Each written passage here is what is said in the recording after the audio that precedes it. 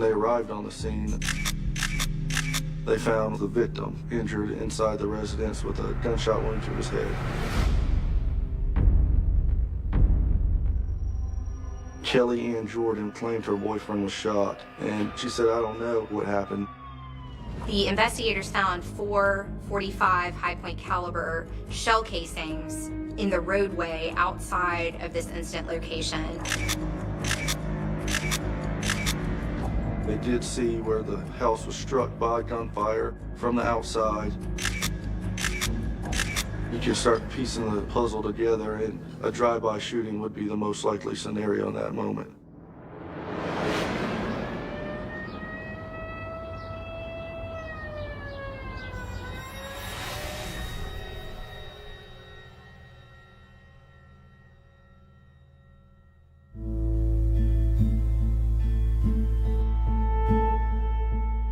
How do you sum up someone's whole life? Timothy was a protector.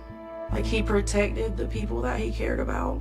He never, for 6 years, let me walk to my car by myself, ever. And he would get up before me and go crank up my car so it'd be nice and warm.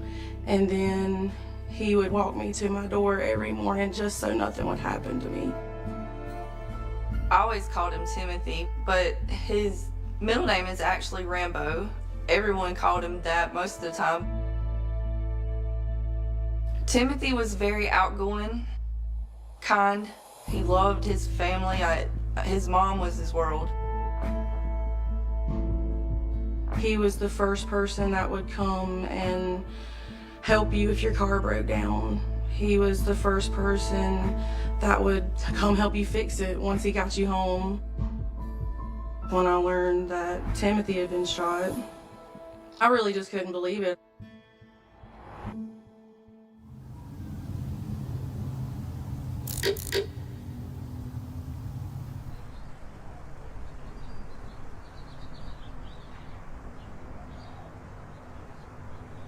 When an event or violent crime happens, people start talking, and it becomes a game of telephone. Everything that was coming to investigators at that time was hearsay.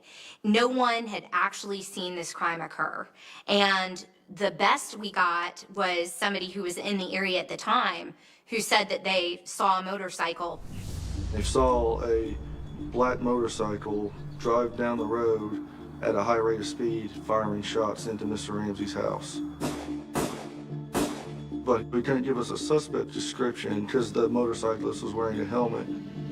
The investigators were able to locate some video footage about a mile from the incident location, and it was a motorcycle that matched the neighbor's description, leaving the scene around the same time as we would expect him to get to that intersection, but you can't see details. There was very little evidence at that point in time.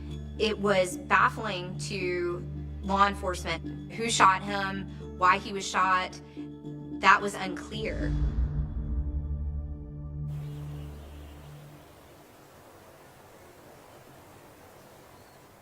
It's excruciating. We have no closure.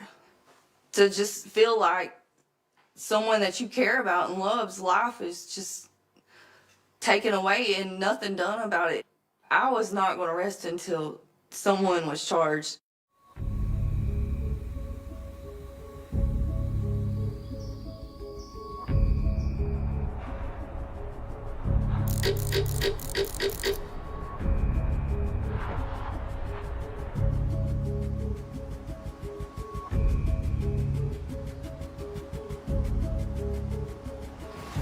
On September 10, 2012, someone shot and killed Timothy Ramsey during a drive-by in Anderson County. Family and friends have spent 7 years wondering who pulled the trigger. Investigators reopened the case. They took this case, there's not a lot to go on. Shooting into a dwelling, there's going to be some consequences.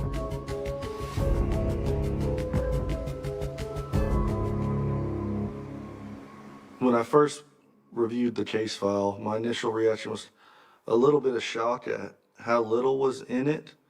That's why when we realized we probably should go back and re-interview every single one of the witnesses that were interviewed to begin with.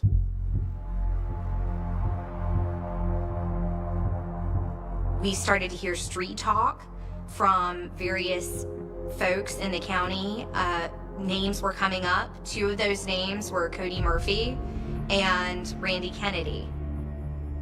Both of them were known meth users in the Piedmont area. And when I first got this case, Cody Murphy was in prison for distribution of methamphetamine, and Randy Kennedy moved to Greenville County, which is the next county over from Anderson. Investigators started to understand that around the time that the shooting took place, Cody Murphy and Randy Kennedy were engaged in a back and forth. There had been physical violence between them, potentially some guns discharged, and there had been threats made primarily by Randy Kennedy against Cody Murphy. A lot of the witnesses we interviewed said Cody Murphy had been beat up by Randy Kennedy a lot. But it was unclear what Timothy Ramsey had to do with the conflict that Randy Kennedy and Cody Murphy were having at the time.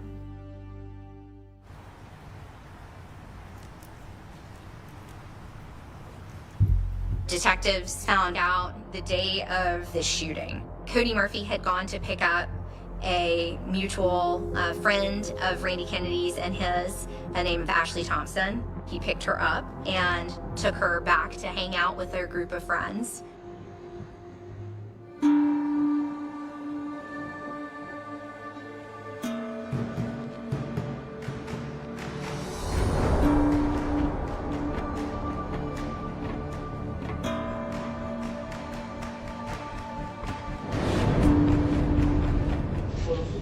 Just for privacy reasons. And then people come up and down all the time. Yeah. All right.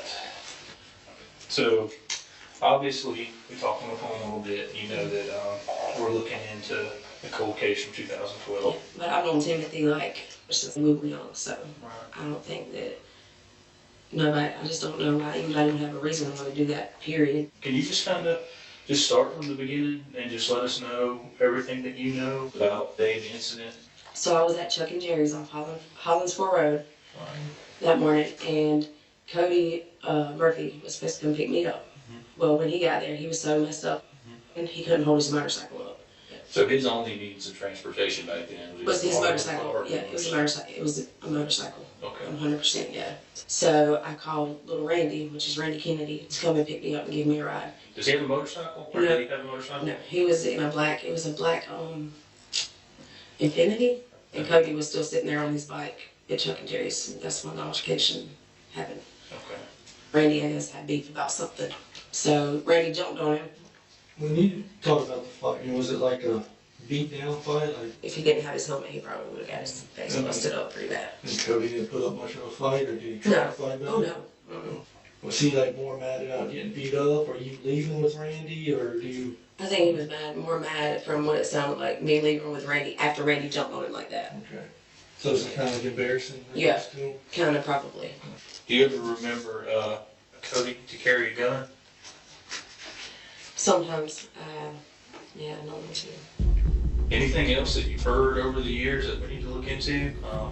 People we need to go talk to that we may not know about? I wish I could remember everything down to a T for y'all. Honestly, I can't remember. So she really gave some insight into the feud between Randy Kennedy and Cody Murphy. Randy attacked Cody that morning, beat him up, and then Ashley decided to leave with Randy Kennedy. Just got beat up in front of some people that know you. You know, that's gonna make you pretty angry. But we didn't know what Randy Kennedy's and Cody Murphy's relationship or connection was to Rambo Ramsey. We didn't know why either one of them would want to hurt Rambo Ramsey.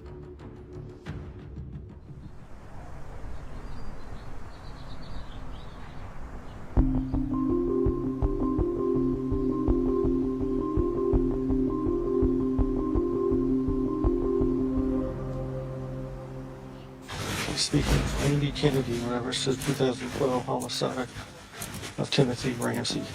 I'm Detective Daniel Martin. Scotty Hill. There are a couple things that have come up in our investigation. Specifically between you and Cody Murphy going on. Oh, yeah. Just start with what your relationship with Cody Murphy was back in that time. In 2012. Me and Cody, back then we had a falling out. We fell out about a girl. And you saw at Chuck and Jerry's was the first time you actually got a hold of him. Yeah. You did a number on him. It was just you kind of smacking him around? Yeah, like he had his motorcycle helmet on. Ashley gets in the car with me. I was riding around, but the whole time, Cody's blowing Ashley's phone up. Man, I'm calling back to back to back to back to back. So I'm like, man, just tell him I dropped you off at, tell him I'm taking you to Timothy's and I dropped you off. That's where you at Timothy's. And so she tells him, look, I'm going to Timothy's. That's where I'm about to be at. So that really jumped out at us. And that's the first time we had heard that Cody thought Randy was at Timothy's house, Rambo's house, because Ashley Thomason told him. Well, I never took her here, though. That's the thing. I brought her to the dollar store. He was the only one that thought I was here, and she was here. He kind of led us down that path that the morning of the shooting, Cody believed that Randy was at Rambo's house. And that was really key to this investigation because it put together why someone would shoot up that house. It gave us the reason behind the shooting.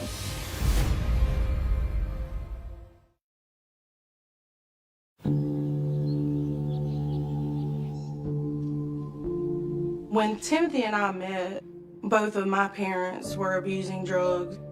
Like, he saved me from that. Like, both of us together, we're gonna be sober. We're not gonna be like our parents. You know, we're gonna do better. He actually was waiting on me to come and give him a ride to go job hunting, and we were supposed to hang out that day, and I was a little late picking him up, and by the time I got there, everything had happened.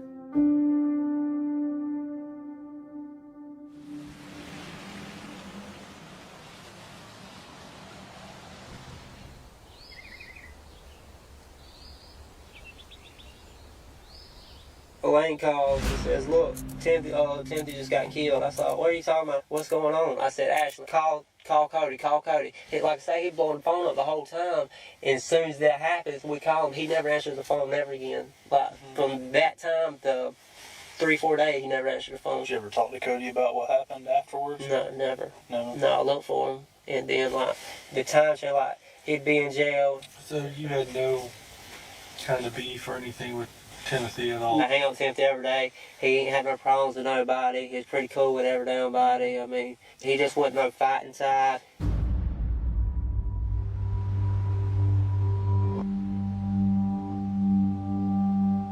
His phone placed him in a different location. Witnesses placed him in a different location.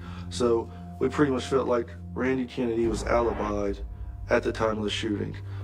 Now we have to prove that Cody Murphy did it. We can prove Randy did not do it. How do we prove Cody Murphy did it?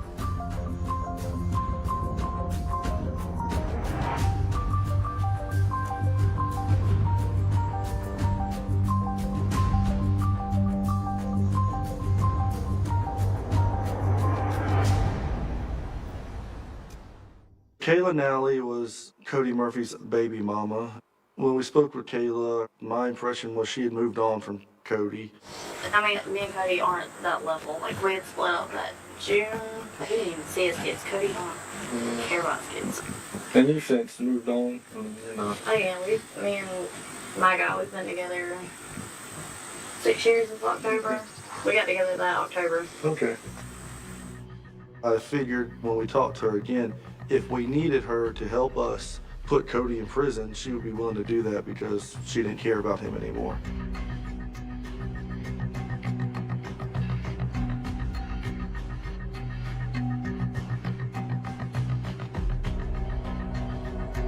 She admitted that Cody Murphy was the only person who knew where she hid her gun, and that Cody Murphy was at her house the morning of the shooting, and that after he left, she noticed her gun was missing. She said she had a high point .45, which is the first time someone was able to name the gun that was used.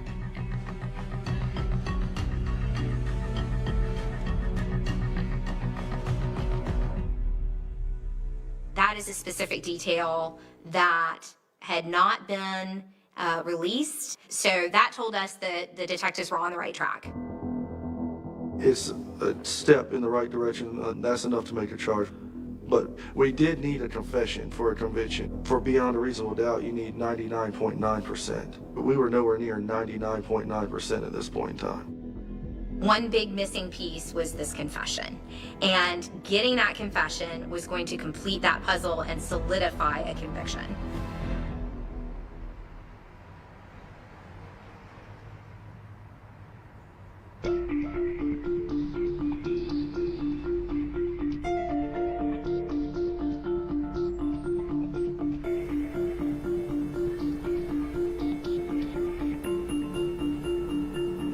That was intentional. Cody knew the date of the shooting. We want to play to his emotions. It was strategic.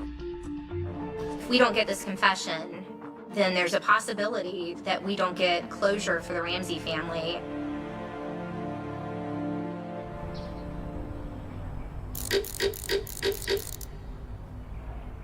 I arranged for him to be brought up on September 10th.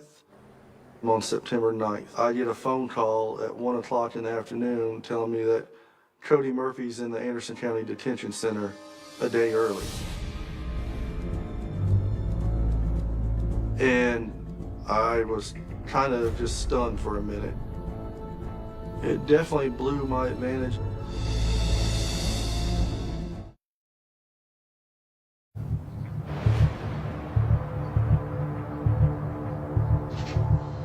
You weren't supposed to be brought up here till tomorrow. They wouldn't got you a day early.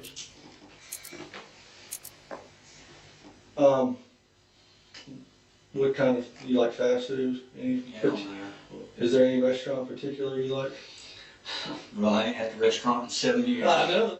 If I got a choice, I'm mushroom Swiss from Hardee's. Mushroom Swiss from Hardee's.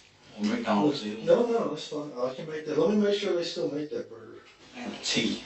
And a tea. Sweet tea? Yes. I haven't had a sweet tea in 7 years. My initial plan was always to be, his buddy. We're just two bros hanging out. So I really fed into that a good bit with him. Phone, I have 4 years worth of your jail phone calls. With Caleb? Caleb, well, at first you were talking to a bunch of girls. Don't tell her that. We wasn't together the first 2 years he was talking. Don't tell her that. Oh my God. Yeah. I was like, dang, man, how many girls are going to be there to pick him up when he gets out of prison? There's one. I'm glad that's all worked out, because I thought, man, he's going to have like 4 girls there fighting the day he gets out. Because who was it? I can't remember all their names. Erica, Rachel. Oh, yeah. What's that one girl's name? And that's how I kind of built the trust with them, was I'm not this cop that you always deal with. Like, I'm not that regular guy. I'm not here to hammer you about a case. We're just here to talk. So what was it? I didn't hear about any of that. She would talk to me.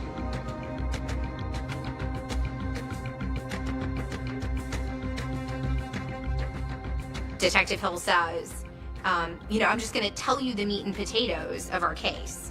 I don't care. I don't have anything to hide. I already know you did it, and I'm going to tell you how I know you did it. I'm trying to be open and honest with you. Some of the people who did talk to me one of the big ones was Ashley Thomason. And Ashley was with you in the morning this all happened. When Randy jumped you, knocked over your motorcycle. And then she was the one who texted you and said, hey, we're going to Rambo's house. So that's kind of where we begin with what we have on you, just so you know.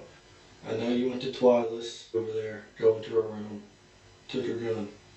It was a black high point .45, and the bullet that killed Rambo was shot from a high point .45. And we had a witness who saw a black motorcycle and described a white male. Who's the witness? He's not anybody that you know. He just lives in the area. So how many shots did he say was fired since he's seen it? 4. And he actually is a good witness for you, believe it or not, because he said he didn't slow down, which kind of takes away a lot of the intent.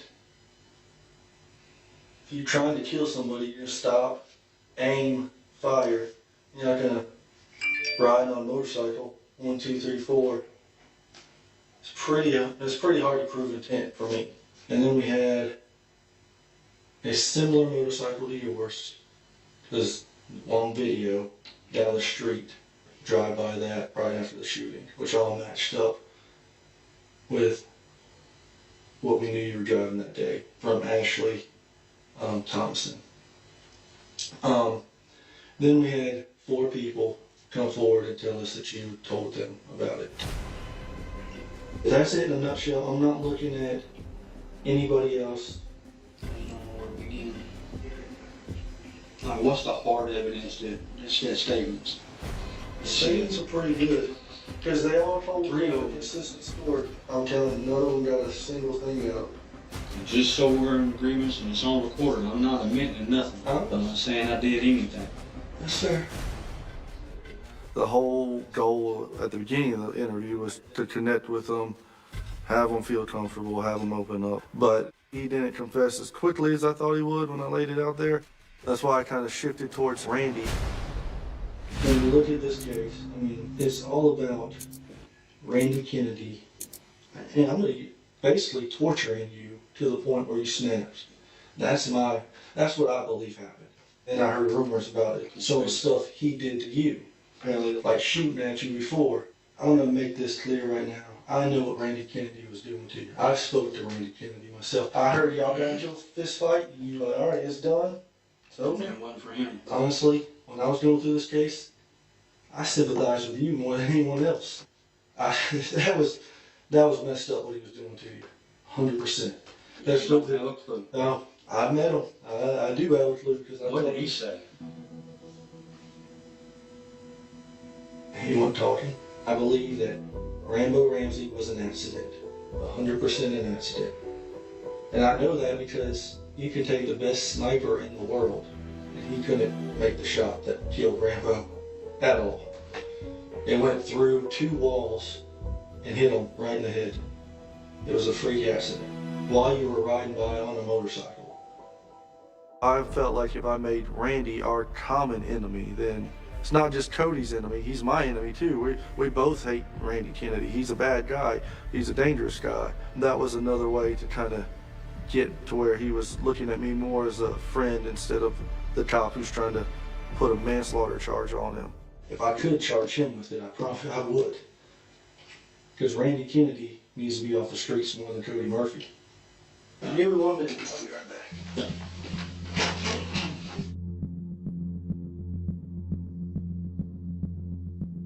I really thought, okay, that's gonna be enough. He's gonna confess right here.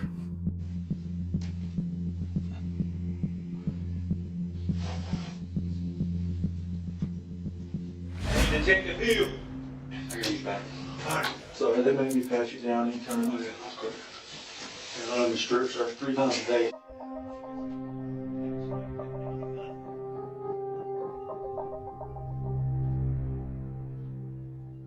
My thoughts on it was, this is actually good for me because she's gonna be on my side this whole time. Based on my one conversation with her, she doesn't like Cody. She's over him. She doesn't care what happens to him. She's gonna want him to confess to get this over with. All right, she's on the way. It's been approved. I can sit in this room, talk. I won't be in here. I will tell you this room is recorded and monitored, so I'm not gonna BS you like that. I already know it is. Okay. Trust me, I've been in here before. Fair enough. It allowed me to show him that, yeah, I got your back. Like, I'm gonna help you out with this.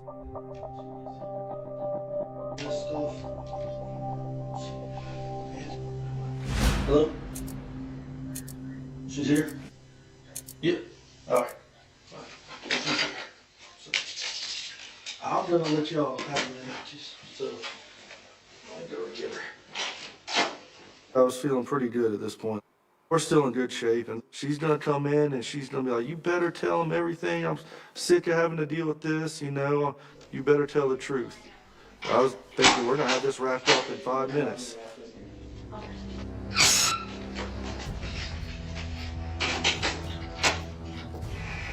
She ran into the room and jumped in his arms, and I thought, oh man, I completely misread this situation.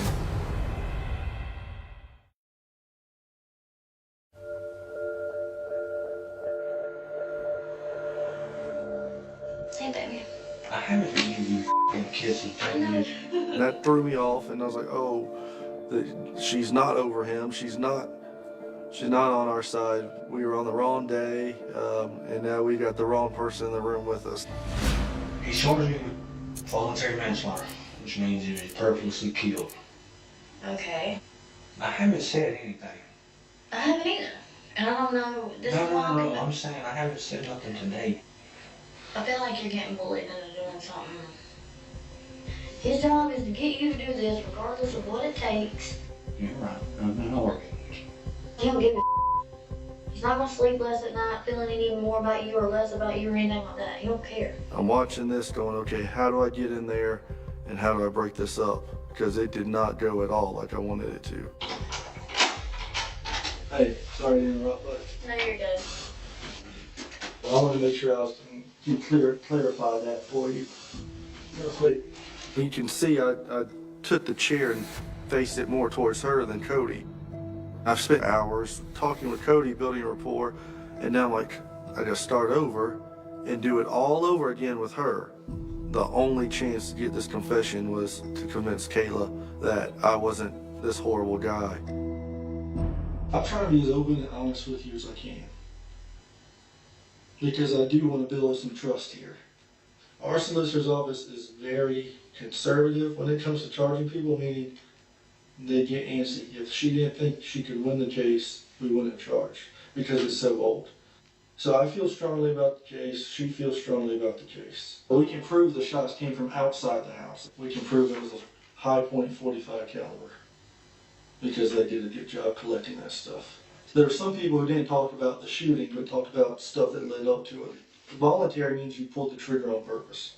That's why he had to be charged with voluntary. Because it's not legal for me to charge him with involuntary. However, the court can change that.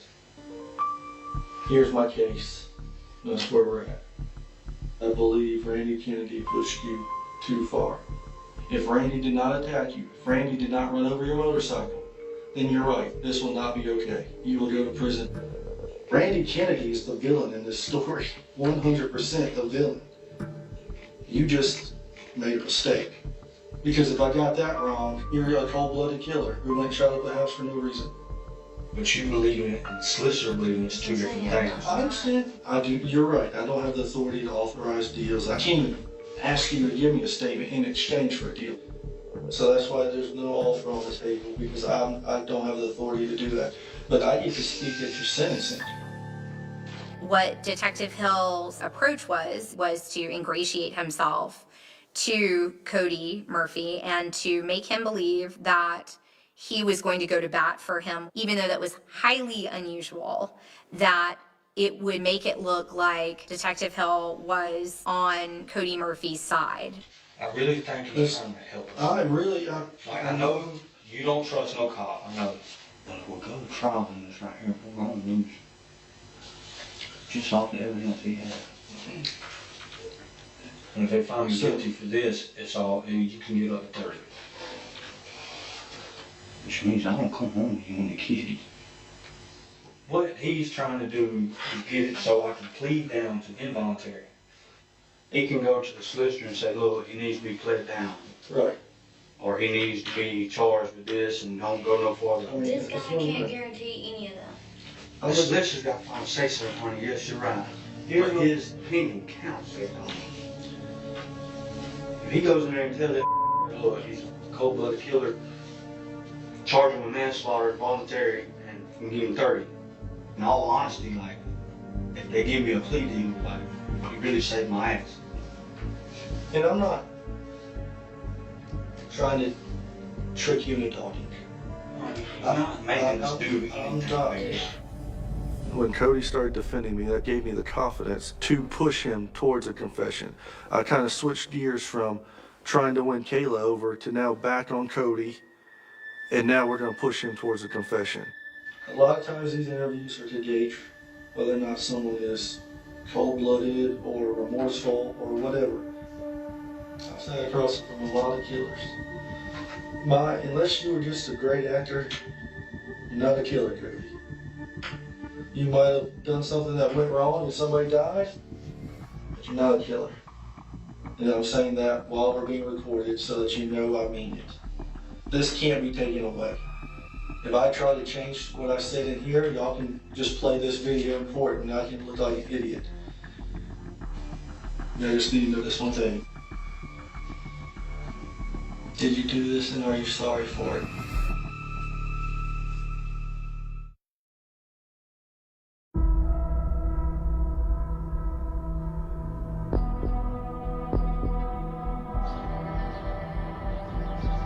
People who voluntarily kill someone aren't sorry for it.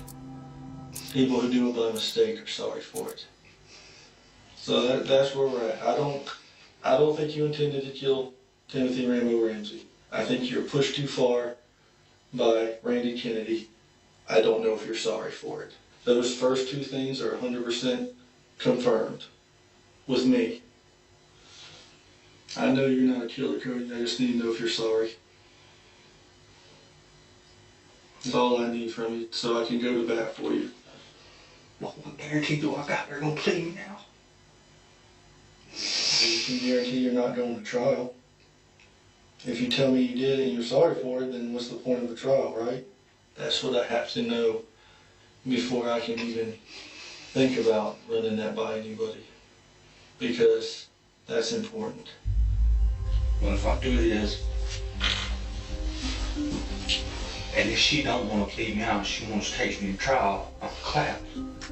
Because I confessed. She would go through me. She would go through me. So, if you did it and you're sorry for it, that goes way farther than anything you can possibly imagine. You're doing the time you deserve for this accidental killing right now. That's the way I look at it. You don't have to trust me. I don't want to do something that backfire. Because I don't know what to do. And what he's got right now put me away for 30 years. I knew I had him where I needed him. This is the final push to try to get this confession. Basically, what I'm going to tell the solicitor, I talked to Cody. I looked in his eyes. I don't think he's an evil guy. I don't think he's a bad dude. But I didn't get a statement from him. That's what I'm going to tell her. And that's me being fair and honest. I can't say 100% if he is remorseful about it. That's what I think is fair for what we've established today.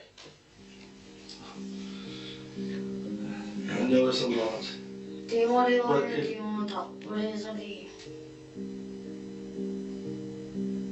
You always had to get a trial then. It's me not coming home.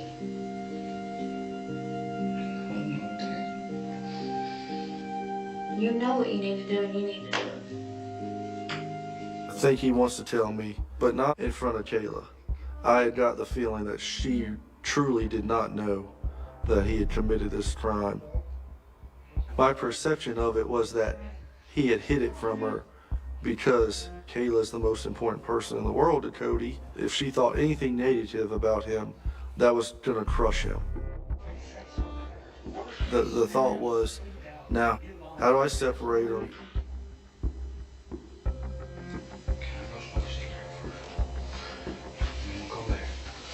When Cody asked for that cigarette, I knew, okay, that's my chance to get them apart, and it's my chance to do it without me being the bad guy. James, want to share? Let's do it. I'm gonna put you in this room with our lead detective, who's here. Me? Yeah. Okay. And that way you just sit in there and we'll be back in a minute. Just a little bit. We got outside, we had a little picnic table at the end of the building, which is where we let people smoke. So we get out there, he sits on top of the table. I light his cigarette and I sit down next to him.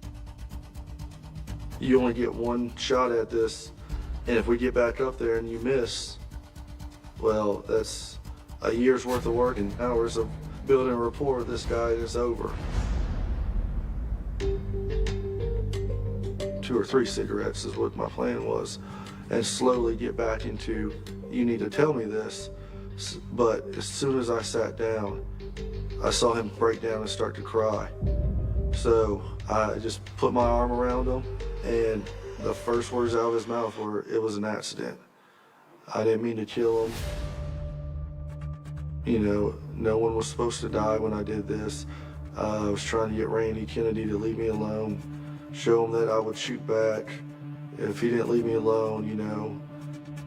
And that I was excited, but I was like, oh crap, I didn't bring my recorder.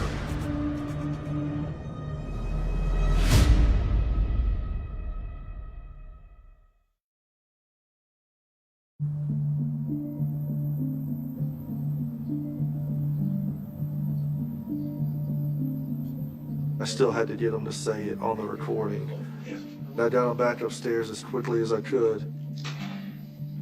Even when we got back into the room, I was still a little nervous because I didn't know if he was going to say it in front of Kayla. So I'm thinking, did I miss my opportunity by not recording this? So you didn't do this?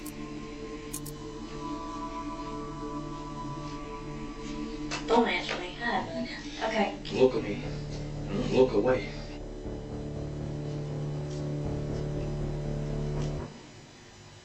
It was an accident.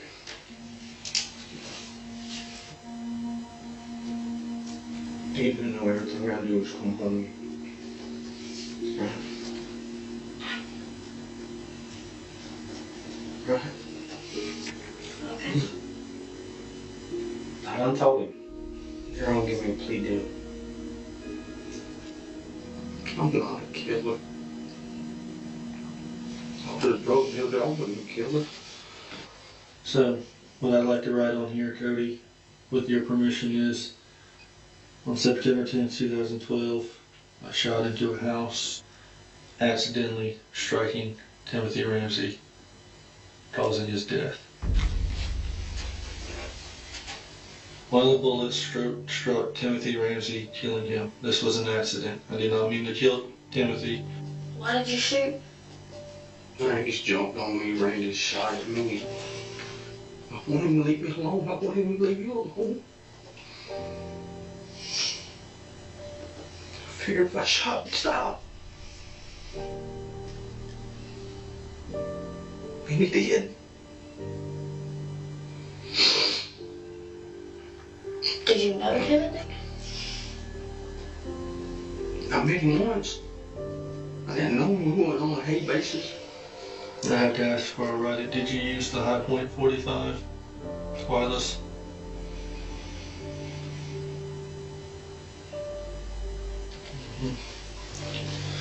I just have to add that in here at the bottom. I'm sorry, I wasn't nobody supposed to die. I'm not a killer.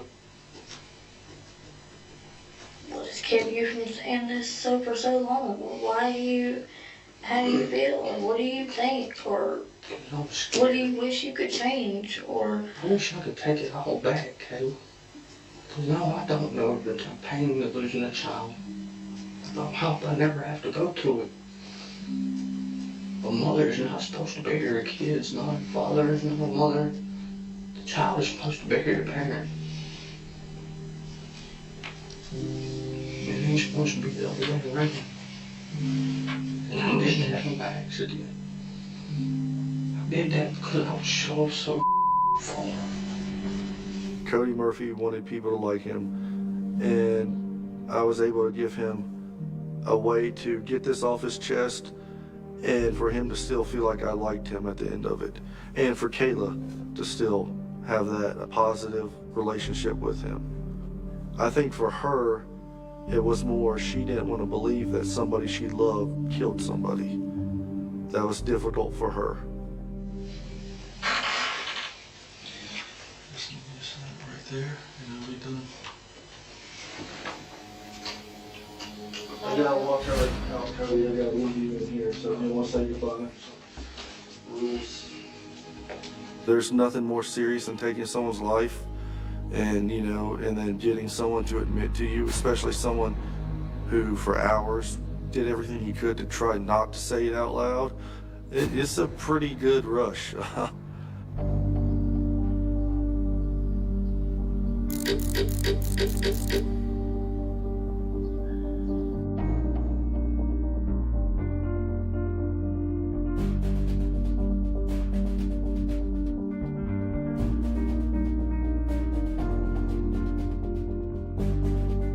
Justice means looking at everything and coming up with the most equitable results, taking everything into consideration. And I do feel like what we came up with in the end did that.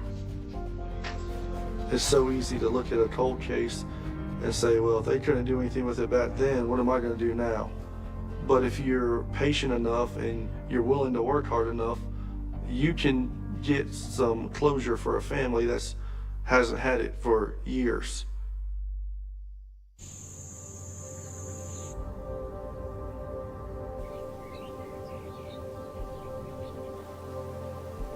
It's not so much what I miss about him. It hurts like not like seeing his life go forward. Never seeing him get married, have kids. There was a time in my life when he was everything to me. What hurts now about it is just knowing that he's missed out on so much. Timothy was a very forgiving person. So I know that in this situation, Timothy would have voiced his opinion and said his piece, but he also would have forgave. And even though I'm not to that point yet, I hope that I can for my own benefit. Cody took somebody that meant something to a lot of people. He took a part of our family that took a part of our hearts, and we can't get that back.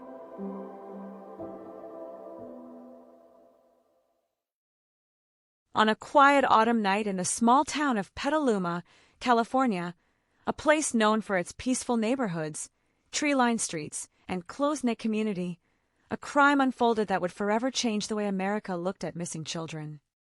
It began with a sleepover, a simple childhood tradition, a night meant for laughter, friendship, and memories. But before sunrise, one family would enter a nightmare that would capture national attention and lead to one of the largest searches for a missing child in American history. Polly Hannah Kloss was 12 years old.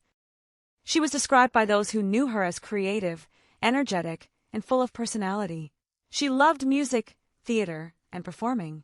She had dreams, friendships, and the ordinary hopes of a young girl growing up in Northern California. Her life was centered around family and imagination. She lived with her mother, Marcella, and her younger sister in Petaluma, a community located north of San Francisco. At the time, the city was widely regarded as a safe place to raise children. Neighbors knew one another. Streets were familiar. The idea that a child could disappear from her own bedroom seemed almost impossible. But on the night of October 1st, 1993, that sense of safety was shattered. Polly had invited two friends to her home for a sleepover. Like many 12-year-olds, the evening was filled with ordinary moments, talking, watching movies, and spending time together.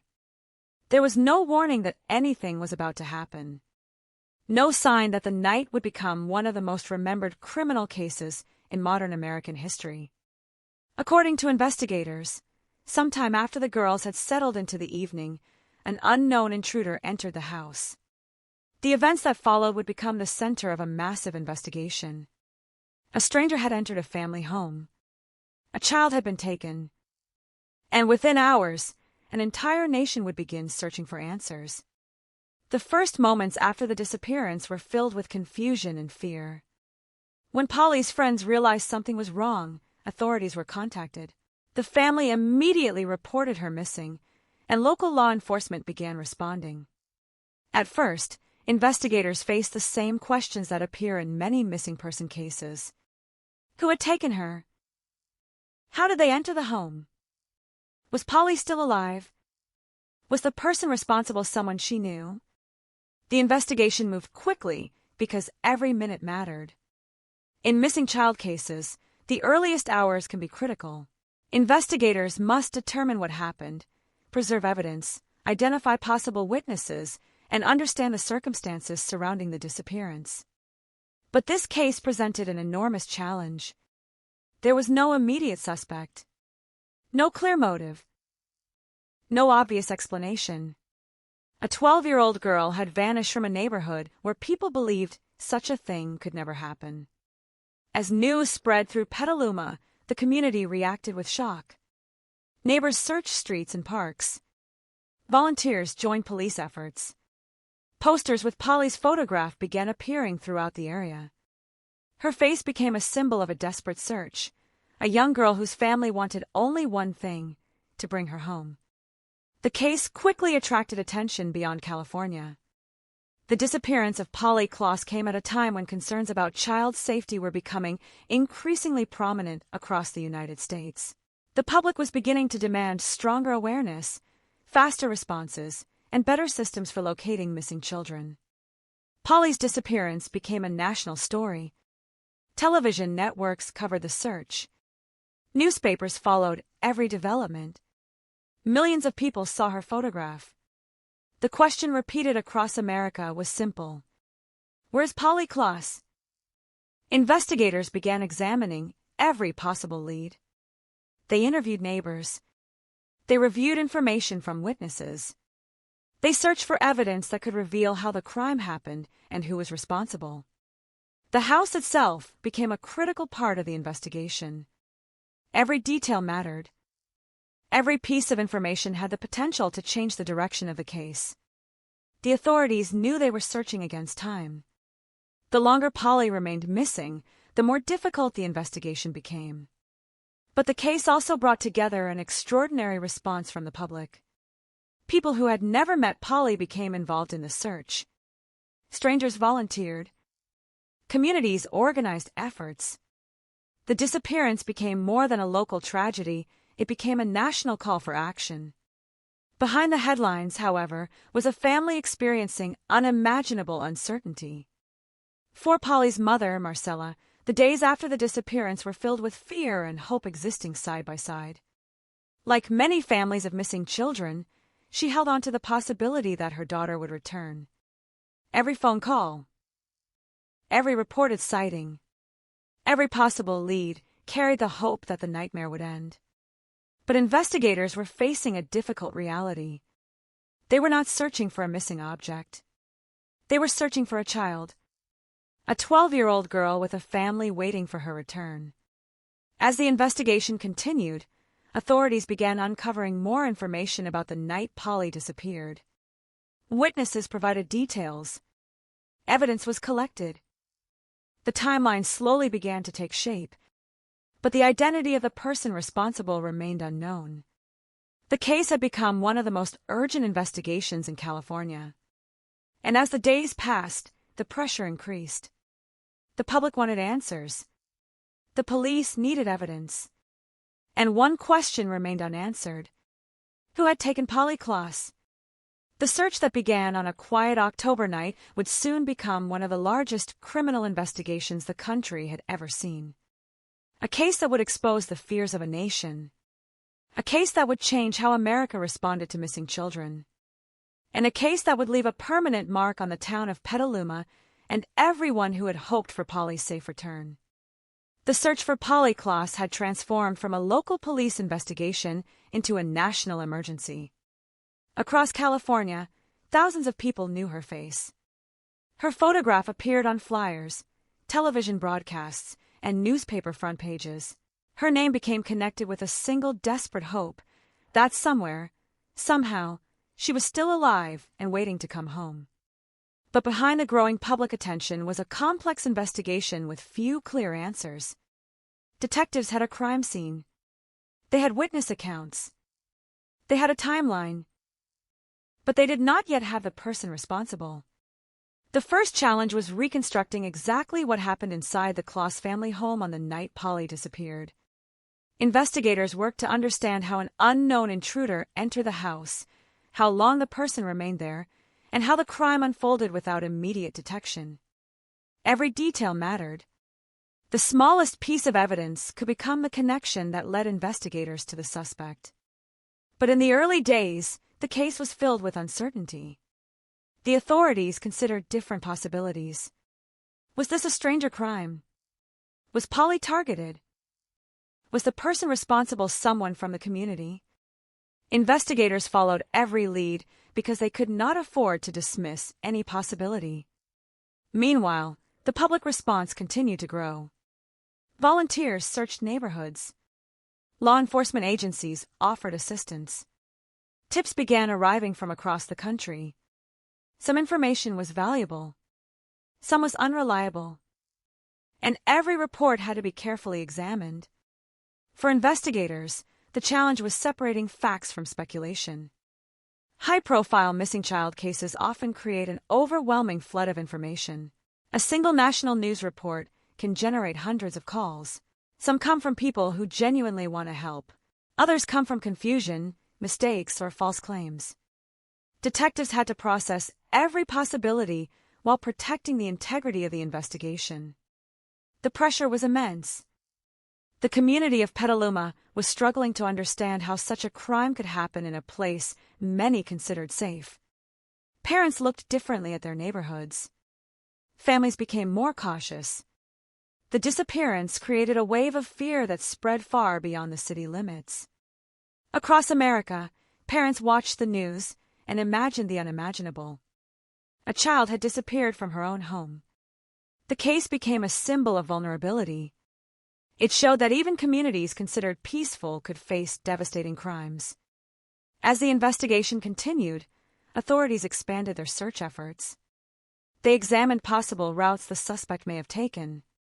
They searched areas connected to the disappearance. They interviewed people who might have seen something unusual. They followed every possible connection. The investigation was no longer just about finding Polly. It was also about understanding the person who had taken her. Detectives needed to answer critical questions. Was the offender someone with a history of violence? Was this a planned attack? Had the suspect committed similar crimes before? The answers would eventually become central to the case. But at this stage, investigators were still working through uncertainty. The days following Polly's disappearance became a race against time. Each passing day increased the urgency. Each unanswered question added pressure.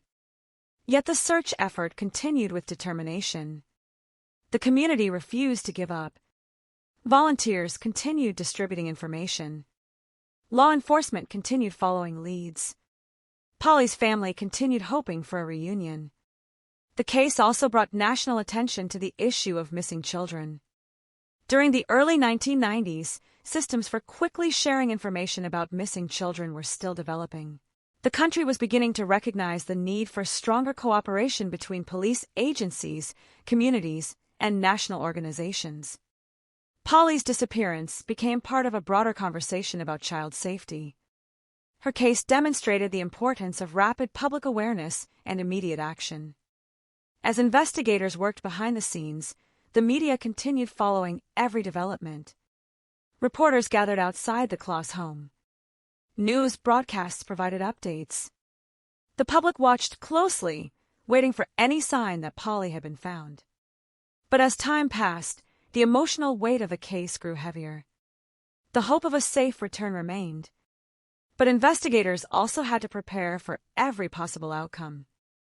This was the painful reality of missing person investigations. Families hold on to hope. Police follow evidence. Communities wait. And everyone searches for answers. Then, weeks after Polly disappeared, investigators received information that would begin changing the direction of the case. A possible suspect emerged. A name entered the investigation. And slowly, the mystery surrounding Polly Kloss began moving toward a terrifying conclusion. The man who would eventually become connected to the crime was a convicted criminal named Richard Allen Davis. At the time Polly disappeared, Davis was already known to the criminal justice system. He had a history that included violent offenses and previous convictions. Investigators began examining his possible involvement. The discovery of a potential suspect changed the atmosphere of the investigation. After weeks of uncertainty, police finally had a direction. But identifying a suspect was only the beginning. They still needed evidence. They needed to establish what happened. They needed to connect the suspect to the crime. And most importantly, they needed to find Polly. The search continued. The nation watched. And investigators moved closer to uncovering the truth behind one of America's most shocking child abduction cases. What began as a quiet evening in a California home had become a tragedy that would permanently change the lives of a family, a community, and an entire country. The investigation had entered its most critical stage. The answers were getting closer, but they would come with a devastating cost. The discovery of a possible suspect brought a new sense of urgency to the investigation. For weeks, the question had haunted investigators, the Kloss family, and millions of people across the country. Who was responsible for Polly's disappearance? Now authorities had a name: Richard Allen Davis. But a name alone was not enough. Investigators needed facts. They needed evidence. They needed to understand how a man with a long criminal history had crossed paths with a 12-year-old girl whose disappearance had captured the attention of an entire nation. Richard Davis was not unknown to the criminal justice system. Before the Polly Kloss case, he had already spent time in prison for previous crimes, including violent offenses. His record raised serious concerns among investigators and the public. The possibility that a person with a history of violence could be connected to Polly's disappearance intensified fears surrounding the case. For detectives, the investigation became focused on one critical task: building a complete picture of what happened. The days after Davis became a suspect were filled with careful police work. Investigators examined his background. They reviewed his movements. They looked for connections between Davis and the crime scene. Every piece of evidence had to be carefully analyzed. Every timeline had to be confirmed. The pressure was enormous. The public wanted immediate answers. But investigators understood that accusations required proof. A wrongful conclusion could damage the case. The evidence had to tell the story. As authorities continued gathering information, the investigation moved closer to a heartbreaking reality. The search for Polly had entered a new phase. It was no longer only about finding a missing child. It was about uncovering what had happened during the hours after she disappeared. Across the country, people continued hoping for a miracle. Many followed the case through television reports and newspaper updates. Parents watched anxiously. Communities prayed for good news. But behind the scenes, investigators were confronting difficult possibilities. The case had become one of the most intense criminal investigations in American history. The public attention was unlike anything many detectives had experienced before. The name Polly Kloss had become known everywhere. Her disappearance represented every parent's greatest fear. A child taken from a place that should have been safe. A family suddenly forced into a nightmare. A community searching for answers. As authorities focused on Davis, they began examining the evidence connected to him.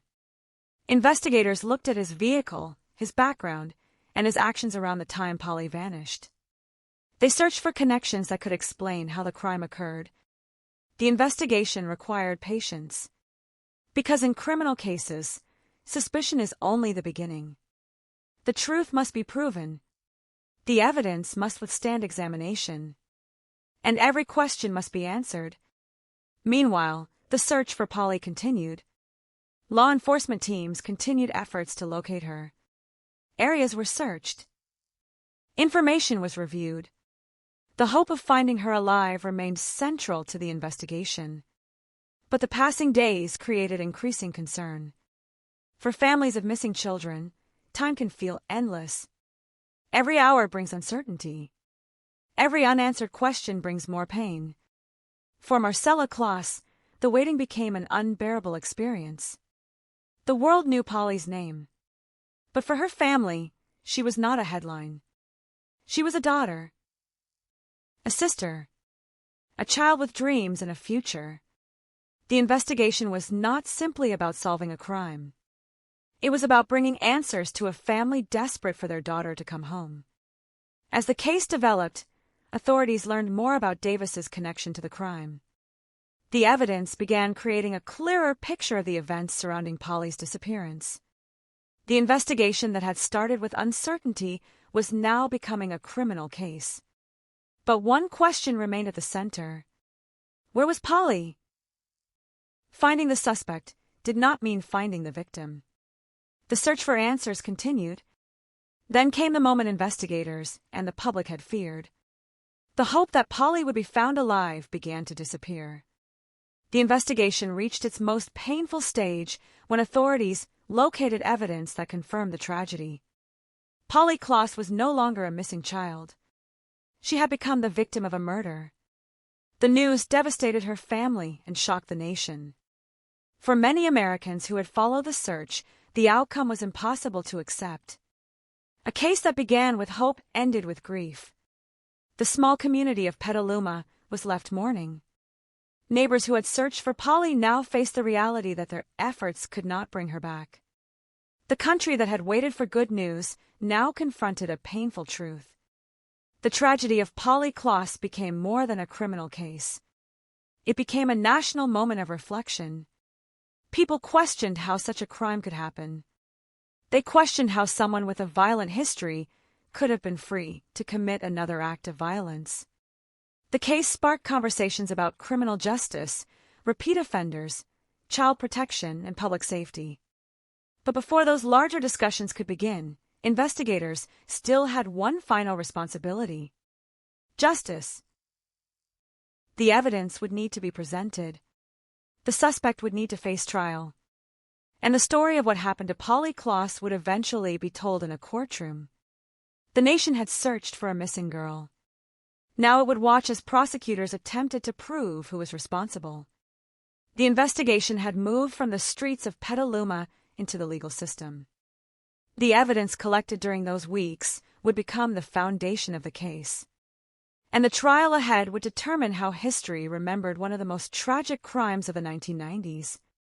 The disappearance that shocked America had become a murder case. The search had ended, but the fight for justice was only beginning. The discovery of Polly Kloss's remains brought a devastating end to the search that had captured the attention of an entire nation.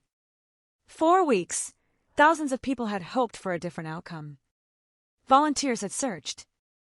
Investigators had followed every possible lead. Families across America had waited for news that a missing child had been found safe. But instead, the case became a heartbreaking reminder of the dangers faced by vulnerable children and the lasting impact of violent crime. For the Kloss family, the disappearance had transformed their lives forever. The uncertainty that had filled every moment was replaced by grief. The hope of a reunion was gone. What remained was the painful task of seeking justice and understanding how such a tragedy could happen. For investigators, the case entered a new stage. The focus was no longer only on finding Polly. Now they had to prove exactly what occurred. They had to build a timeline. They had to connect evidence. They had to present a case that would survive the scrutiny of a courtroom. The investigation into Richard Allen Davis intensified. Detectives examined every detail connected to the suspect. His background, his criminal history, his movements. The evidence collected during the investigation became the foundation of the prosecution's case. The public wanted answers. Why Polly? Why that house? Why did this happen? These questions would remain with the community for years. But criminal investigations are not built on emotion alone. They depend on evidence. And investigators work to transform the tragedy into a legal case. As authorities prepared for court proceedings, more information about Davis's past became public. His history revealed a pattern that shocked many people. He had previous convictions. He had spent years within the criminal justice system. And the revelation that someone with such a record could become involved in another violent crime led to widespread debate. The case became part of a larger national conversation about repeat offenders. Many Americans began questioning whether existing laws were sufficient to protect communities from individuals with histories of serious violence. The tragedy of Polly Kloss forced difficult questions into the public discussion. Could this have been prevented? Were warning signs missed? How should society respond to offenders who repeatedly commit violent crimes? These questions would eventually influence political debates and changes in criminal justice policies. But inside the courtroom, the focus remained on one central issue. Did Richard Allen Davis commit the crime? The prosecution prepared to present its evidence. The defense prepared its response. The trial would become one of the most closely watched criminal proceedings of the decade. Before the courtroom battle began, however, investigators continued examining the details of the crime. Every piece of evidence had significance. Physical evidence, witness testimony, the timeline of events, the statements connected to the investigation. Each element would become part of a story presented to the jury. The challenge for prosecutors was to explain not only what happened, but how the evidence proved responsibility beyond a reasonable doubt. For the public watching from outside the courtroom, the case represented something deeply personal. Many people had followed Polly's story from the moment she disappeared. They had seen her photograph. They had heard her name. They had hoped she would return. Now they wanted accountability. The courtroom became the place where those unanswered questions would finally be addressed. When the trial began, the emotional weight of the case was impossible to ignore. The proceedings were closely followed by media organizations. Reporters covered each development.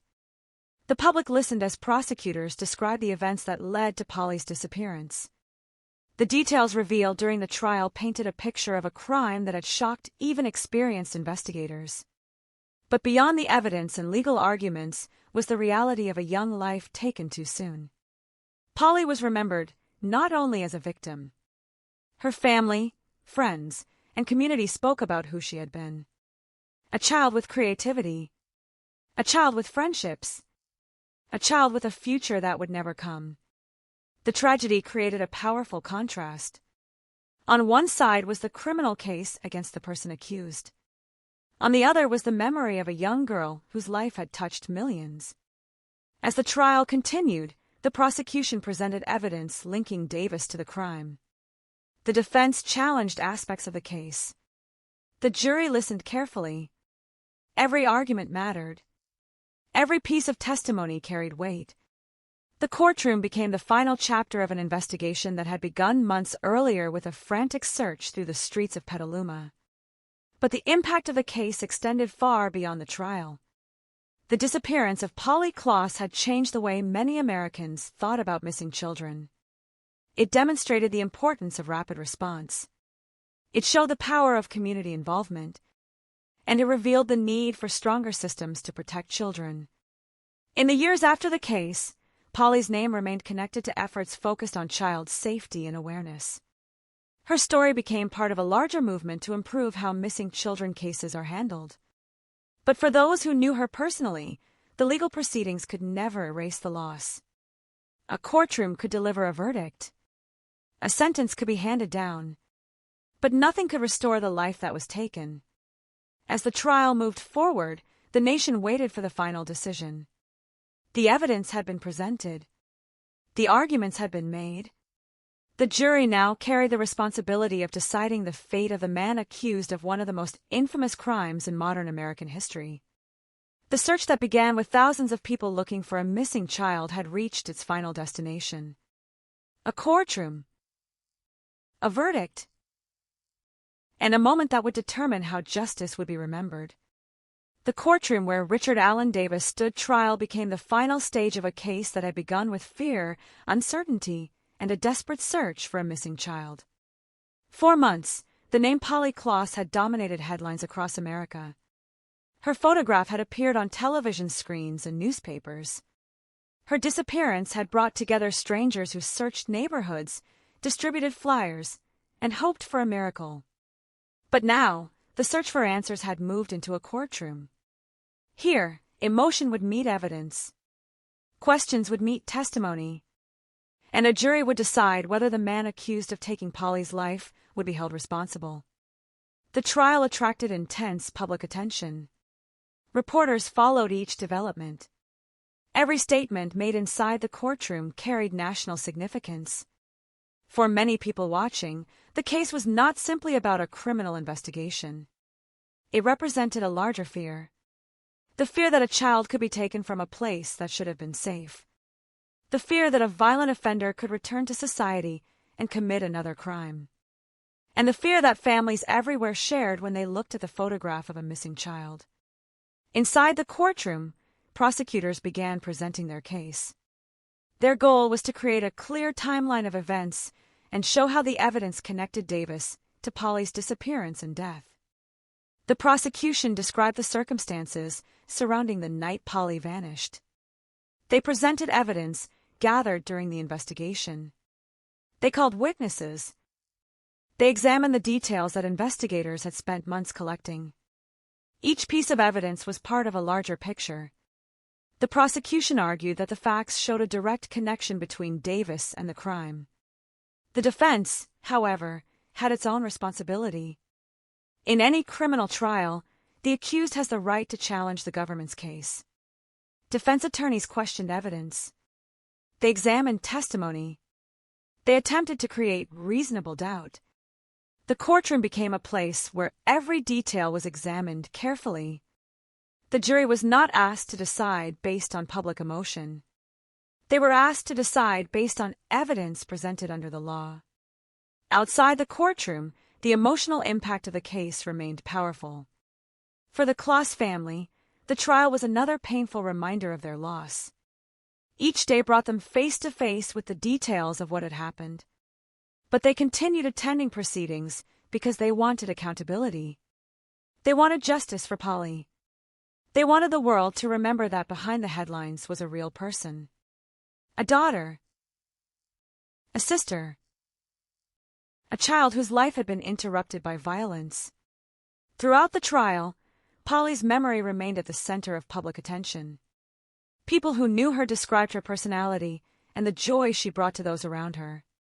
She was remembered for her creativity, her energy, and her love of performing. The country had first known her as a missing child, but her family wanted people to know her as more than a victim. They wanted people to remember Polly herself. As testimony continued, the prosecution focused on the evidence gathered during the investigation. The case involved extensive police work. Detectives had followed hundreds of leads. They had worked through countless pieces of information. They had searched for connections that could explain how the crime happened. The investigation represented one of the largest law enforcement efforts in the region. The pressure placed on authorities had been enormous. But investigators continued moving forward because they understood the importance of the case. The public had been watching. The family had been waiting. And justice depended on proving the truth. The trial also brought renewed attention to Davis's criminal history. Many people were shocked when details of his past became widely known. The revelation that he had previously been convicted of serious crimes created anger and frustration. It led many Americans to question the criminal justice system. How should society handle repeat offenders? When someone has a history of violence, what responsibility does the system have to protect the public? These debates continued long after the courtroom proceedings ended. Polly's case became a turning point in discussions about child protection and criminal sentencing. It became connected to broader efforts aimed at preventing similar tragedies. But at the heart of the trial was one question. Was Richard Allen Davis responsible for Polly Kloss's murder? After weeks of testimony and legal arguments, the case moved toward its conclusion. The jury had heard the evidence. They had considered the arguments from both sides. Now they had to make the decision. For the Kloss family, this moment represented the end of a long and painful journey through the legal system. For the nation, it was the conclusion of a case that had captured attention from coast to coast. When the verdict was finally delivered, it brought a sense of accountability.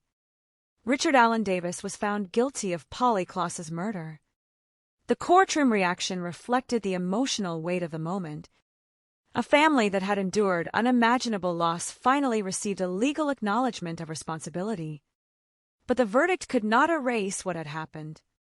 It could not return Polly to her family. It could not undo the fear that had spread through communities across America. A conviction could provide justice, but it could not provide healing overnight. The impact of Polly's case continued beyond the courtroom. Her disappearance and murder had changed public awareness about missing children.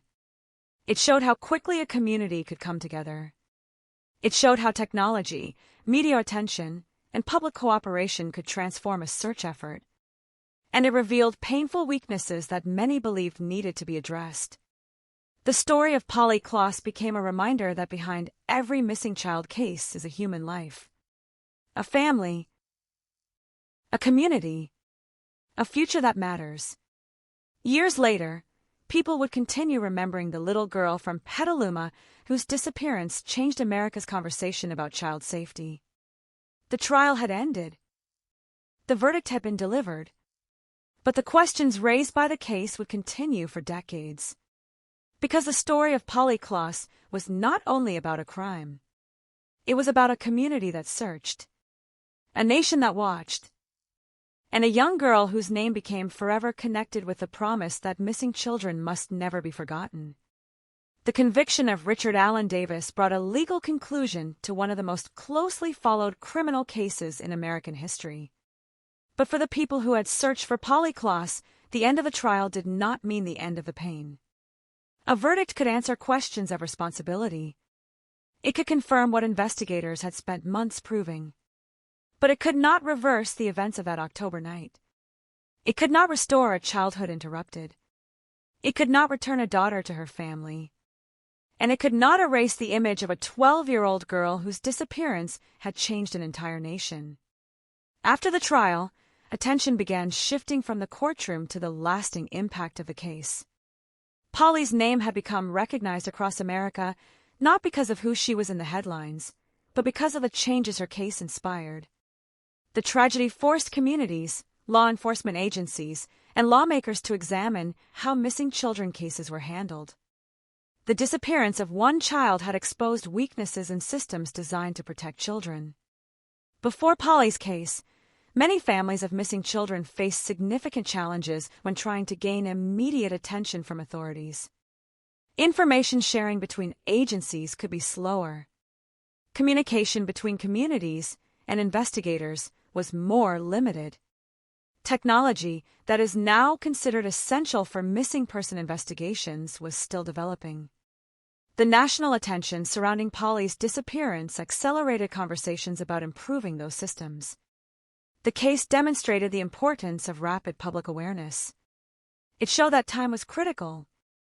It showed that communities could play a major role in helping investigators. And it showed that every missing child deserved immediate attention. For the people of Petaluma, however, the story was never only about laws or policies. It was about a neighbor, a friend, a young girl who had lived among them. The town had experienced a transformation that many residents would never forget. Before October 1993, Petaluma was viewed as a quiet community where families believed children could grow up safely. After Polly disappeared, that sense of security was changed forever. Parents became more cautious. Neighbors became more aware. The innocence of the community had been shaken. Yet at the same time, the tragedy also revealed something powerful. When faced with unimaginable circumstances, people came together. Thousands of individuals participated in the search. Many had never met Polly. They did not know her family personally, but they wanted to help. They wanted to believe that their actions could make a difference. The search became one of the largest community responses to a missing child case in the country.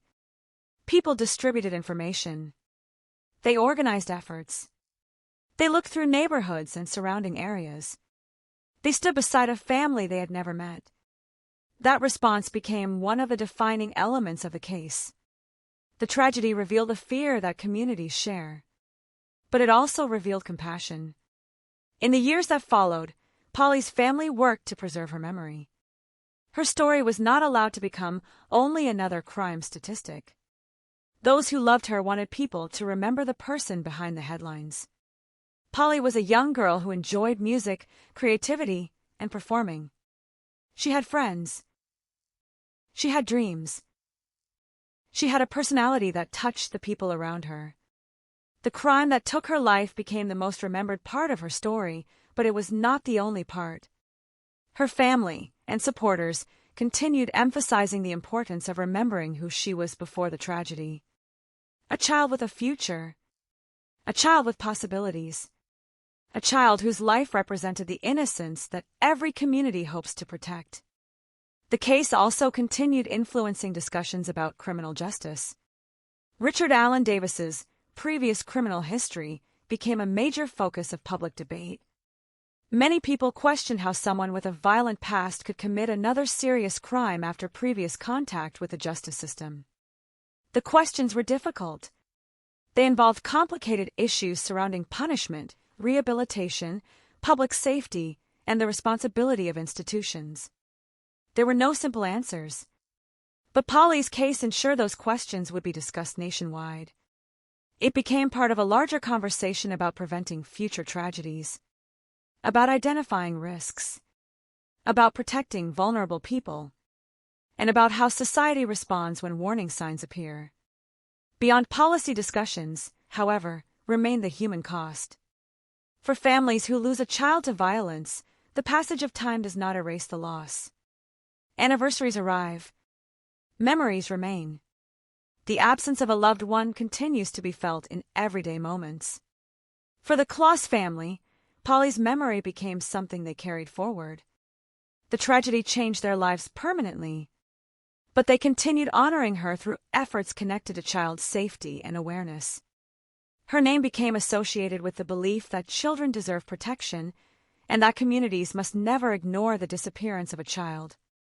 Decades after the crime, the case remains one of the most significant child abduction cases in American history. Not only because of the tragedy itself, but because of what followed: the national attention, the investigation, the legal proceedings, the changes in awareness, the conversations about safety and responsibility. The case showed how a single crime could affect millions of people who had never met the victim. It showed how one child's disappearance could become a national turning point. And it showed the importance of remembering victims, not only through the circumstances of their deaths, but through the lives they lived. Polly Kloss was 12 years old when she was taken from her home. A child who should have grown up. A child who should have experienced more birthdays, more friendships, more dreams, and more moments with her family. Instead, her name became connected with a tragedy that America would never forget. But her story also became connected with something else. A reminder that missing children cannot wait. A reminder that communities must respond. A reminder that behind every photograph, every news report, and every search effort is a real person whose life matters. The case of Polly Kloss began with a disappearance that shocked a small California town. It ended with a conviction, but its impact continued long after the courtroom doors closed. Because some cases do not disappear when the investigation ends. Some cases remain in the public memory. Some names continue to be spoken decades later. And some stories become part of history because they change the way people see the world. Polly Kloss's story became one of those cases. A tragedy that devastated a family, a crime that shook a nation, and a reminder that the search for justice does not end when a verdict is announced. The years that follow the trial did not erase the impact of the Polly Kloss case. Instead, they revealed how one criminal investigation could reshape public awareness, influence policy discussions, and leave a lasting mark on American society. For many law enforcement agencies, the case became an important study in how missing child investigations should be approached. Detectives examined the timeline, the coordination between agencies, and the ways evidence had been gathered and preserved. Training programs later referenced the investigation as an example of both the challenges and the importance of rapid response in child abduction cases. One lesson stood above the rest. Time matters. The earliest hours after a child disappears are often the most critical. Every witness interview, every preserved piece of evidence, every reported sighting, and every coordinated search effort can influence the outcome of an investigation. Polly's case reinforced that principle for investigators across the United States. The public also changed. Parents who had followed the case became more aware of personal safety discussions with their children. Schools expanded conversations about recognizing strangers, seeking help from trusted adults, and responding to uncomfortable situations. Communities organized educational programs focused on child safety. These changes were not the result of a single law or a single organization. They reflected a broader shift in public consciousness. The disappearance of Polly Klaas had become more than a headline. It had become a moment that prompted millions of families to think differently about safety and preparedness.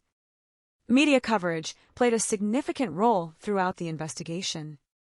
For weeks, television broadcasts provided regular updates.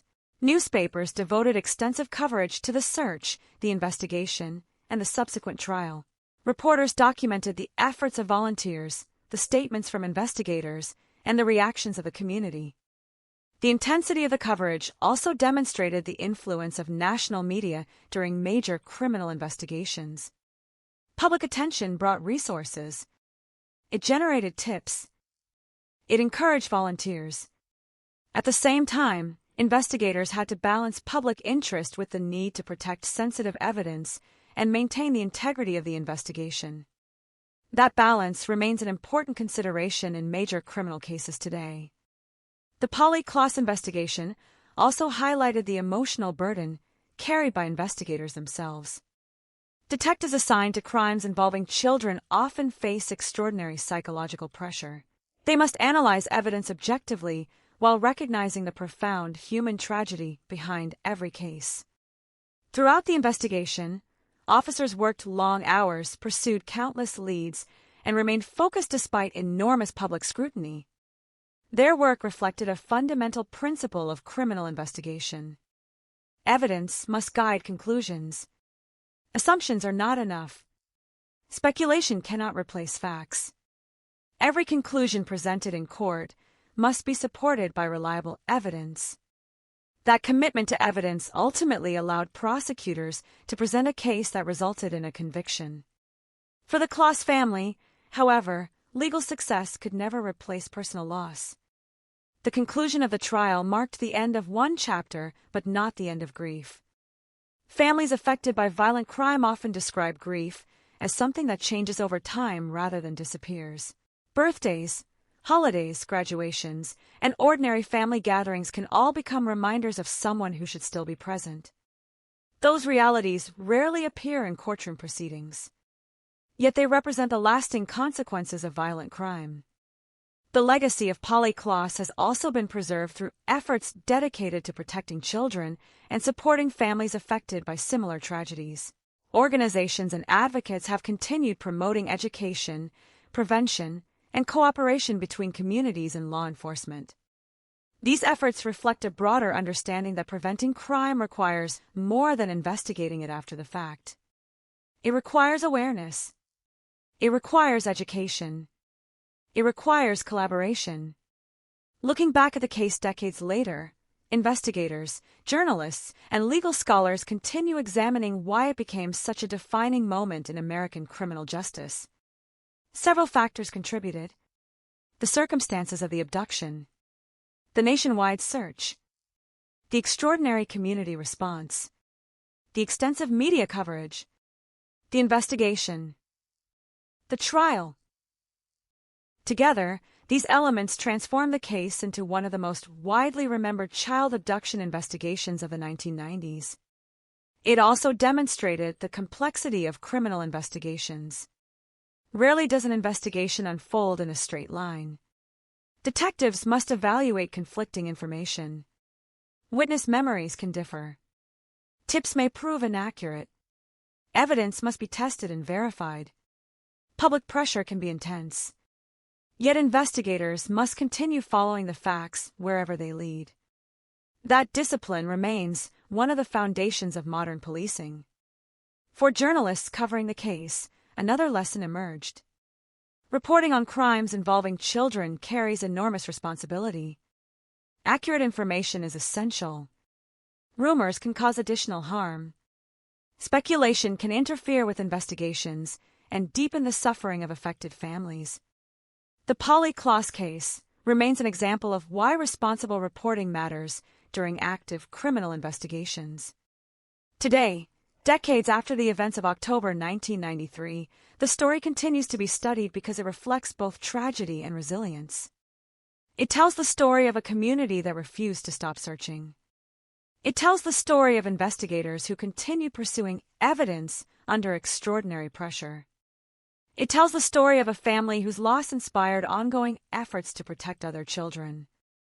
And it reminds future generations that behind every major criminal case are ordinary people whose lives were changed forever. The house where the crime began was once simply a family home. The streets where volunteers searched were once ordinary neighborhoods. The photographs distributed across the country once showed a smiling 12-year-old girl enjoying childhood. Those ordinary details make the case so enduring. It was not a tragedy that seemed distant or unimaginable. It happened in a place that looked familiar. To many Americans, it felt as though it could have happened anywhere. That realization became one of the case's most lasting legacies. It encouraged communities to remain vigilant. It encouraged agencies to improve cooperation. And it encouraged the nation to remember that every missing child report represents a real family facing unimaginable uncertainty. The story of Polly Klaas remains one of profound loss. But it is also remembered for the determination of those who searched, investigated, and sought justice through the legal system. That determination ensured that the case would not simply fade into history.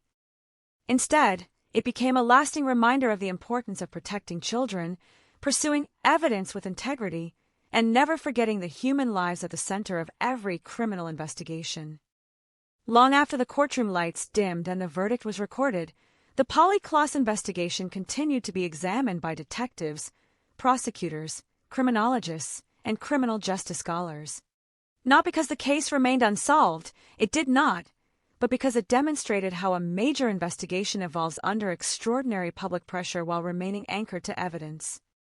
Looking back, investigators often describe the first hours after Polly's disappearance as the most uncertain period of the entire case. A child had vanished.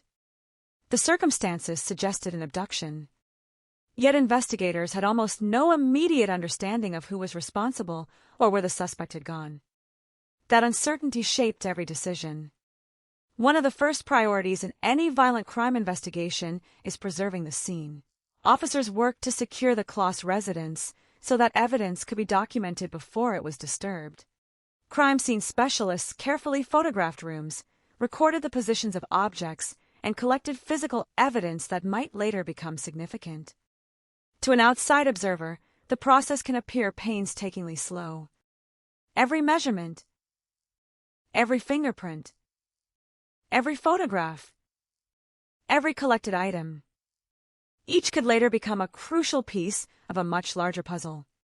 Experienced investigators know that evidence often reveals its importance only after other facts emerge. A single observation that appears insignificant on the first day may later connect multiple parts of an investigation. That principle guided the work from the beginning. Witness interviews formed another essential part of the investigation. The girls who had been with Polly that evening became important witnesses because they had experienced the terrifying intrusion firsthand. Investigators approached those interviews with great care, recognizing both the importance of their observations and the emotional trauma they had experienced. Interviewing children presents unique challenges. Investigators seek accurate recollections without introducing suggestions or influencing memory. Questions are structured carefully, allowing witnesses to describe events in their own words whenever possible. Those interviews helped investigators establish an increasingly detailed timeline of the events inside the house. Outside the home, detectives expanded their search for additional witnesses. Neighbors were interviewed. Residents were asked whether they had noticed unfamiliar vehicles, unusual sounds, or suspicious activity during the evening. Most observations proved unrelated. Some generated new investigative leads. Every report required careful evaluation. As national attention intensified, another challenge quickly emerged. The volume of incoming information became enormous. Telephone tips arrived from across the United States. Possible sightings were reported. Anonymous callers claimed to possess information. Some genuinely believed they had seen Polly. Others mistakenly connected unrelated events to the investigation. A few intentionally provided false information. For investigators, every tip represented both an opportunity and a responsibility. No credible lead could simply be ignored. Yet every lead consumed valuable investigative resources. Detectives developed systems to prioritize information according to reliability, corroborating evidence, and potential urgency. This process, often invisible to the public, became one of the most demanding aspects of the investigation. Large criminal investigations rarely suffer from too little information. Instead, they often struggle with too much. Separating meaningful evidence from background noise requires discipline, experience, and careful documentation. The Polly Klaas investigation illustrated that reality on a national stage. Meanwhile, forensic evidence continued undergoing scientific examination. Laboratory specialists analyzed collected materials using the forensic techniques available during the early 1990s. Compared with today's technology, forensic science at that time had significant limitations. DNA analysis was becoming increasingly important but remained slower and less advanced than modern laboratories can provide. Digital investigative tools were also far more limited. Investigators relied heavily on physical evidence, witness statements, interviews, and traditional investigative methods. That context is important when evaluating the investigation decades later. Many technologies that modern detectives routinely use simply did not exist. Despite those limitations, investigators continued building the case methodically. Every verified fact strengthened the timeline. Every corroborated statement reduced uncertainty. Every confirmed observation narrowed the possibilities. As the investigation progressed, detectives increasingly focused their attention on Richard Allen Davis. His criminal history immediately attracted attention. But investigators understood that a criminal record alone could never establish guilt. American criminal procedure requires evidence connecting a suspect to the specific offense under investigation. That distinction remained fundamental throughout the case. Rather than relying upon assumptions, detectives sought independent corroboration for every significant conclusion. This evidence-based approach later became one of the strengths of the prosecution's case. Another important feature of the investigation involved cooperation between agencies. Cases receiving national attention often require coordination among local police departments, county investigators, state authorities, forensic laboratories, and federal resources. Each organization brings different expertise. Effective communication becomes essential. Information must move quickly while remaining accurate. The Polly Klaas investigation demonstrated both the complexity and necessity of interagency cooperation during major criminal investigations. Media attention created additional complications. Reporters understandably sought immediate updates. Families wanted information. The public demanded answers. Yet investigators could not disclose every detail. Certain evidence needed to remain confidential to preserve the integrity of witness interviews and future court proceedings. Balancing transparency with investigative necessity required careful judgment. Release too little information, and public confidence may decline. Release too much, and investigators risk compromising the case. Maintaining that balance became another challenge throughout the investigation. One aspect frequently overlooked is documentation. Major investigations generate enormous quantities of records. Interview transcripts, evidence logs, search warrants, laboratory reports, photographs, maps, chronologies. Every action taken by investigators must be documented because each may later become relevant during court proceedings. Months after evidence is collected, prosecutors may need to demonstrate exactly who handled an item, where it was stored, and whether proper procedures were followed. This uninterrupted record, often called the chain of custody, helps ensure that evidence remains reliable when presented before a jury. The Polly Klaas investigation reinforced the importance of maintaining meticulous records throughout every stage of a criminal case. Legal proceedings demand that evidence be both persuasive and properly preserved. Accuracy is not optional. It is essential. Looking back decades later, criminal justice professionals continue studying the investigation because it illustrates several enduring principles. Respond quickly. Preserve evidence carefully. Verify information before drawing conclusions. Coordinate effectively across agencies. Document every investigative step. And allow evidence, not public pressure, to determine the direction of the case. These principles appear straightforward. In practice, applying them during one of the most heavily scrutinized investigations in the country required extraordinary professionalism. The disappearance of Polly Klaas placed investigators under constant public attention. Every decision was examined. Every delay was questioned. Every development became national news. Yet the investigation ultimately demonstrated that careful, evidence-driven police work remains the strongest foundation for achieving justice. For today's investigators, the case continues serving as an important historical example, not because every decision was perfect, but because it revealed both the immense challenges and the critical responsibilities involved when searching for a missing child under the eyes of an entire nation. With the investigation complete and prosecutors convinced they had assembled sufficient evidence, the case entered its final and most scrutinized phase, the courtroom. For investigators, months of interviews, forensic examinations, and painstaking documentation would now be tested before a judge and jury.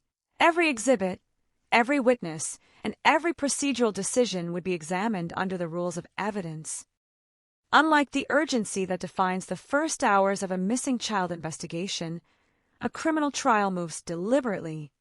The legal system is designed to ensure that guilt is established through admissible evidence presented in open court, where both the prosecution and the defense have an opportunity to challenge each other's claims. Before testimony began, attorneys argued a series of pretrial motions concerning what evidence the jury would be allowed to hear. These hearings, though rarely covered in detail by the media, were critical. Judges ruled on legal questions that would shape the presentation of the case, ensuring that the proceedings complied with constitutional protections and established rules of criminal procedure.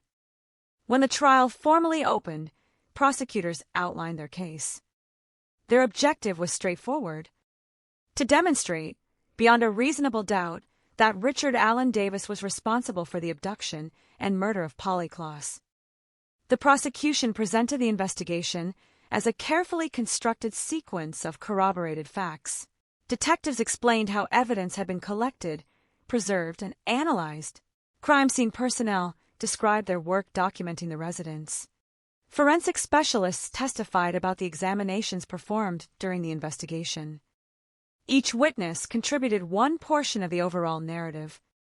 No single witness could explain the entire case. Instead, the prosecution relied upon multiple independent sources of evidence that, taken together, formed a coherent account. Jurors were reminded repeatedly that criminal cases are evaluated not by speculation or public opinion, but by the evidence introduced during trial. The defense exercised its constitutional role by challenging the government's case. Defense attorneys questioned investigative methods, examined witness recollections, and scrutinized forensic procedures. Cross-examination sought to test the reliability of testimony and determine whether the prosecution had met its burden of proof. This adversarial process is a fundamental feature of the American justice system. It is designed not to delay justice, but to strengthen it by requiring claims to withstand rigorous examination. Throughout the proceedings, the judge instructed jurors to base their decision solely on the evidence presented in court. Media coverage had been extensive. Public interest was intense. Yet jurors were expected to set aside outside information and evaluate only the testimony, exhibits, and legal instructions before them. That responsibility was significant. The case had become one of the most closely followed criminal prosecutions of the decade. Every courtroom session drew widespread attention. Reporters summarized testimony. Legal analysts discussed procedural developments. The public followed each stage with extraordinary interest. Despite the national attention, the courtroom remained governed by legal standards rather than headlines. Evidence had to satisfy established rules. Witnesses testified under oath. Objections were argued before the court. The trial proceeded according to procedures intended to protect both the integrity of the prosecution and the rights of the accused. As testimony concluded, attorneys delivered their closing arguments. The prosecution reviewed the evidence presented during trial, arguing that the cumulative record established Richard Allen Davis's guilt beyond a reasonable doubt. The defense urged jurors to examine the evidence carefully and to apply the legal standard required for a criminal conviction. Once closing arguments ended, the case belonged to the jury. Jurors retired to deliberate in private. Their discussions were confidential, allowing them to review testimony, evaluate exhibits, and consider the court's legal instructions without outside influence. The period of deliberation represented the culmination of months of investigative work and weeks of courtroom proceedings. For the Kloss family, the waiting was especially difficult. The investigation had already required immense emotional endurance. Now they faced another period of uncertainty while the jury considered its decision. Eventually, the jury returned to the courtroom. The verdict reflected the jury's evaluation of the evidence presented during trial. Richard Allen Davis was found guilty of the charges relating to Polly Kloss's abduction and murder. The verdict concluded the trial phase of the case and established criminal responsibility under the law. The proceedings then moved to sentencing. During this stage, the court considered factors relevant under California law before imposing sentence. After the sentencing hearing, Davis was sentenced to death. However, like all death sentences imposed in California during that period, the sentence became subject to the state's mandatory appellate review process. Years later, the legal landscape surrounding capital punishment in California changed significantly.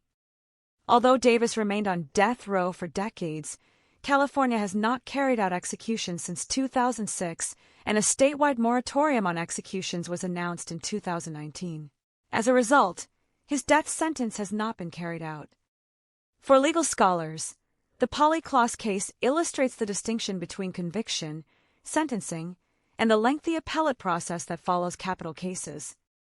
A guilty verdict does not necessarily conclude all legal proceedings. Appeals, post-conviction review, and constitutional challenges can continue for many years, particularly in cases involving the death penalty.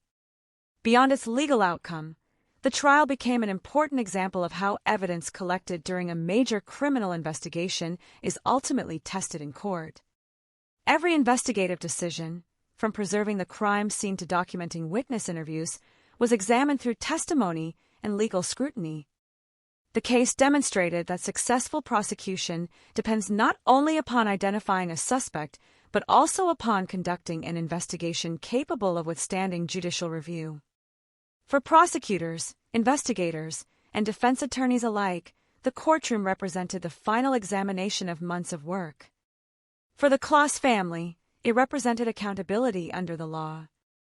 And for the nation, it marked the conclusion of one chapter in a case that had profoundly influenced public awareness of child abductions, criminal investigations, and the enduring importance of evidence-based justice. When the courtroom proceedings concluded, the Polly Kloss case did not fade into history. Instead, it became one of the defining moments that reshaped how the United States approached missing child investigations, public awareness campaigns, and cooperation between law enforcement agencies. In the months and years following the case, investigators, policymakers, and child safety advocates carefully examined every stage of the response. What had worked? What could be improved? How could future investigations move even faster? These questions were no longer limited to California. They became part of a nationwide discussion. One of the clearest lessons from the case was the importance of immediate action. Modern investigative practice recognizes that the earliest hours after a child disappears are often the most critical. The Polyclass investigation reinforced the need for rapid reporting, coordinated searches, and swift information sharing among agencies. The case also highlighted the value of community involvement. Thousands of volunteers participated in search efforts, distributed flyers, and assisted authorities within the limits established by investigators. Their efforts demonstrated that public participation can be valuable when organized and coordinated through law enforcement. At the same time, investigators emphasized another important principle. Large-scale public involvement must be managed carefully. Search areas need to be documented. Potential evidence must be protected. Volunteers require clear instructions to avoid unintentionally disturbing locations that may later become important to the investigation. The balance between community assistance and evidence preservation remains an essential consideration in major investigations today. Technology has changed dramatically since 1993. When Polly disappeared, investigators relied primarily on landline telephones, printed photographs, television broadcasts, radio announcements, and newspaper coverage to spread information. Today, digital communication allows missing child alerts and photographs to reach millions of people within minutes. Social media, smartphones, surveillance cameras, digital mapping, and rapid forensic analysis have transformed investigative capabilities. Yet despite these advances, experienced investigators continue emphasizing the same principle demonstrated in the Polyclass case. Technology supports investigations. It does not replace careful police work. Evidence still matters. Witnesses still matter. Documentation still matters. The fundamentals remain unchanged. The case also contributed to broader discussions about criminal justice policy.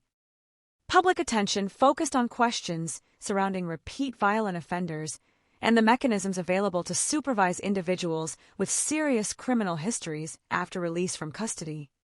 These debates involved lawmakers, legal scholars, prosecutors, defense attorneys, and corrections professionals.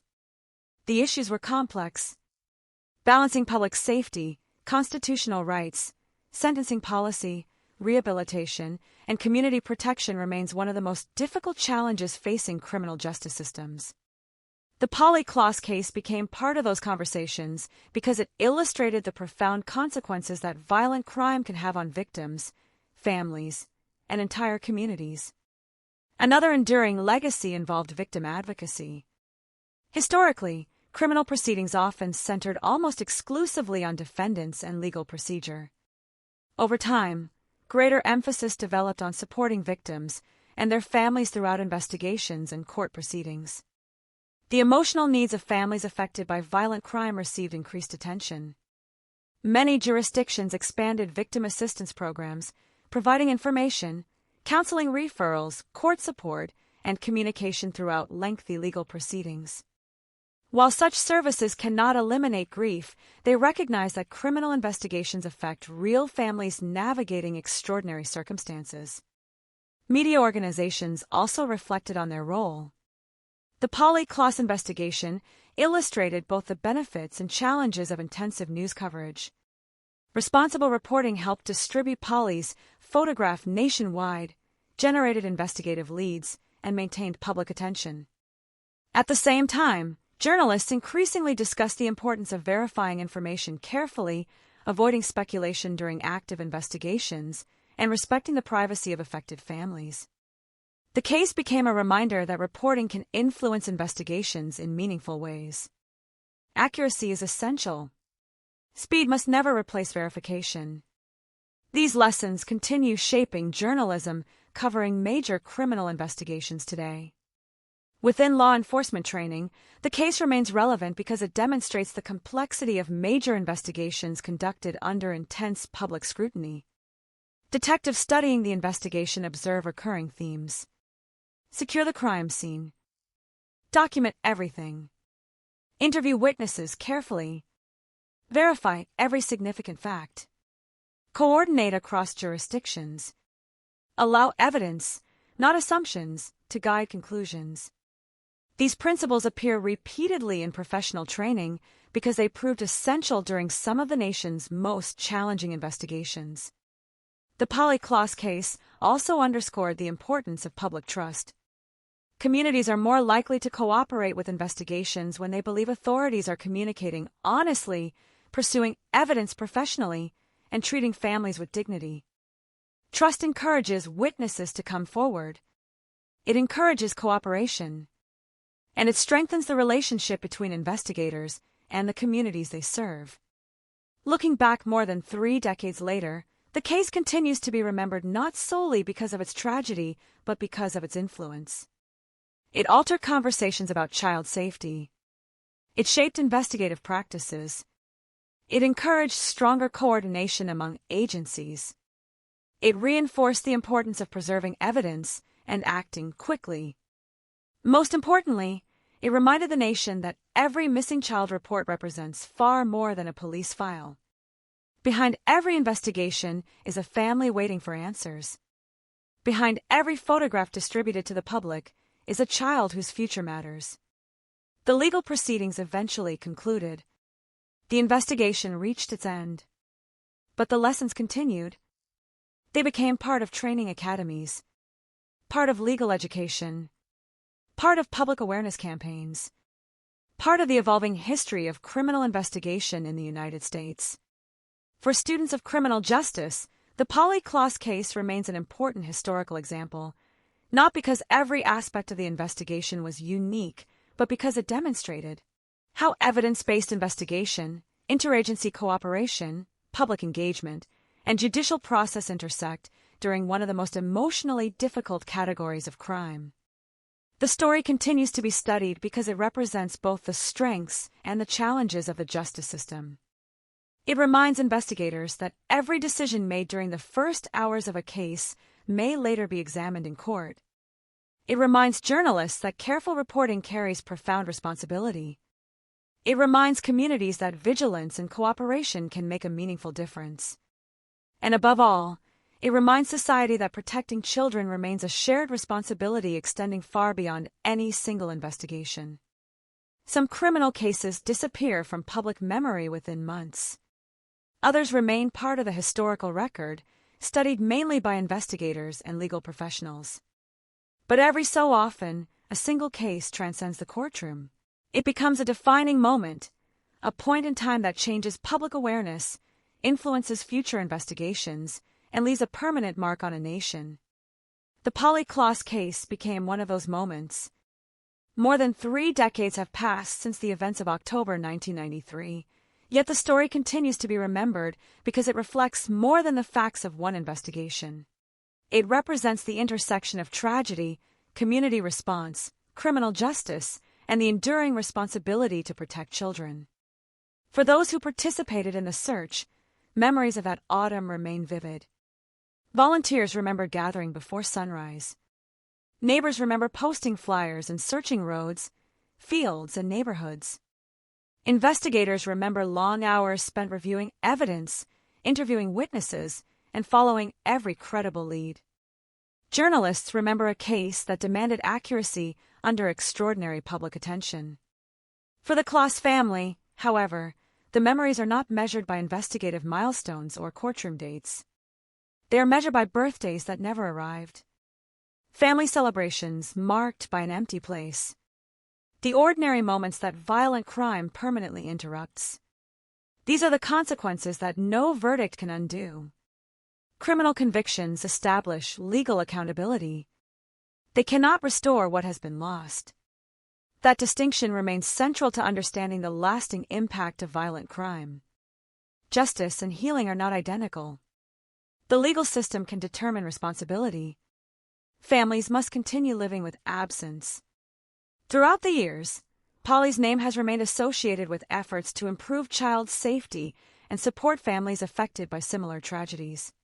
Her legacy is reflected not simply in legislation or policy discussions, but in the continued commitment of communities, educators, investigators, and advocates to reduce the risk of future harm. Every missing child poster displayed in a public place. Every safety presentation given in a school. every investigator trained to respond rapidly to an abduction report. Each reflects lessons reinforced by cases like Polly's. The evolution of investigative technology has also changed how authorities respond to disappearances today. Digital communications allow information to spread almost instantly. Forensic science has advanced significantly. DNA analysis has become faster and more precise.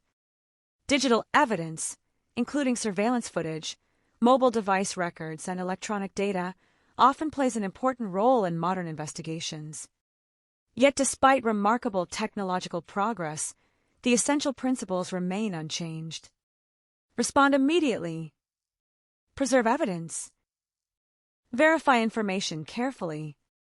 Support victims' families. Follow the facts wherever they lead. Technology can strengthen investigations. Professional judgment remains indispensable. The Polly Klaas investigation is often remembered because it demonstrated how those principles operate under immense public pressure. The case also reminds us of another reality often overlooked in discussions of crime. Behind every investigation are ordinary people. Police officers who return home after emotionally exhausting days. Forensic specialists who spend countless hours examining evidence. Prosecutors preparing for months to present a case accurately and fairly. Defense attorneys fulfilling their constitutional responsibilities. Jurors carrying the weight of decisions that will affect lives forever. And above all, families navigating grief while public attention surrounds them. Each occupies a different role. Each contributes to the pursuit of justice. The history of criminal investigation is often told through famous cases. But the true significance of those cases lies not in their notoriety. It lies in what they teach. The Polly Klaas case teaches the importance of community cooperation. It teaches the value of meticulous investigative work. It demonstrates why evidence, not speculation, must guide criminal prosecutions. It illustrates the necessity of balancing transparency with investigative integrity. And it reminds society that protecting children requires continuous commitment rather than temporary attention. Today, new generations encounter the case not through breaking news broadcasts but through criminal justice education, historical documentaries, and discussions about investigative practice. Students study the evidence. Journalists examine the reporting. Legal scholars analyze the proceedings. Investigators review the operational decisions. The case has become part of the broader history of American criminal justice. Not because it represents every investigation, but because it illustrates many of the challenges common to major criminal cases. Perhaps the most enduring lesson is also the simplest. Every missing child report deserves urgency. No family should hesitate to contact authorities when they believe a child is in danger. Every minute matters. Every verified observation may become significant. Every coordinated effort increases the possibility of finding answers. That principle continues, guiding investigators across the country. As history moves forward, countless new cases will emerge. New technologies will reshape investigative methods. Laws will evolve. Training will improve. Communities will continue adapting to new challenges. But certain responsibilities remain constant. Protect the vulnerable. Respect the evidence. Support affected families. Pursue justice fairly. Remember the victims as people, not merely as case files. The story of Polly Klaas ultimately endures because it reminds us that behind every widely reported criminal investigation was once an ordinary day. A family spending time together. Friends sharing an evening. A community believing tomorrow would be much like today. History sometimes changes in a single night. The events of October 1993 changed one family forever. They changed one California community. And they influenced conversations about child safety and criminal investigation across the United States. The legal proceedings concluded years ago. The evidence was presented. The verdict was delivered. The historical record is well established. Yet the importance of a case remains. Not because people wish to relive its tragedy, but because remembering it reinforces the responsibilities shared by investigators, journalists, policymakers, educators, and communities alike. The responsibility to respond quickly, to investigate carefully, to report accurately, to support those left behind, and to ensure that every child is afforded the greatest possible protection. That is the lasting legacy of Polly Klaas. Not merely a case remembered for its sorrow, but a life remembered through the continuing effort to strengthen child protection, improve criminal investigations, and remind future generations that justice begins with truth, evidence, compassion, and the determination never to stop seeking answers when a child is in danger. The courtroom eventually emptied. The cameras moved on. New headlines replaced old ones. For the public, the story of Polly Klaas slowly transitioned from breaking news to history. But history has a way of lingering. Not because it refuses to move forward, but because certain events continue asking questions long after every legal proceeding has ended. The Polly Klaas case became one of those events. Decades later, investigators still study it. Law students still analyze it. Journalists still reference it. Not because the facts remain in dispute, but because the case illustrates how a single crime can reshape public awareness and influence the practice of criminal justice.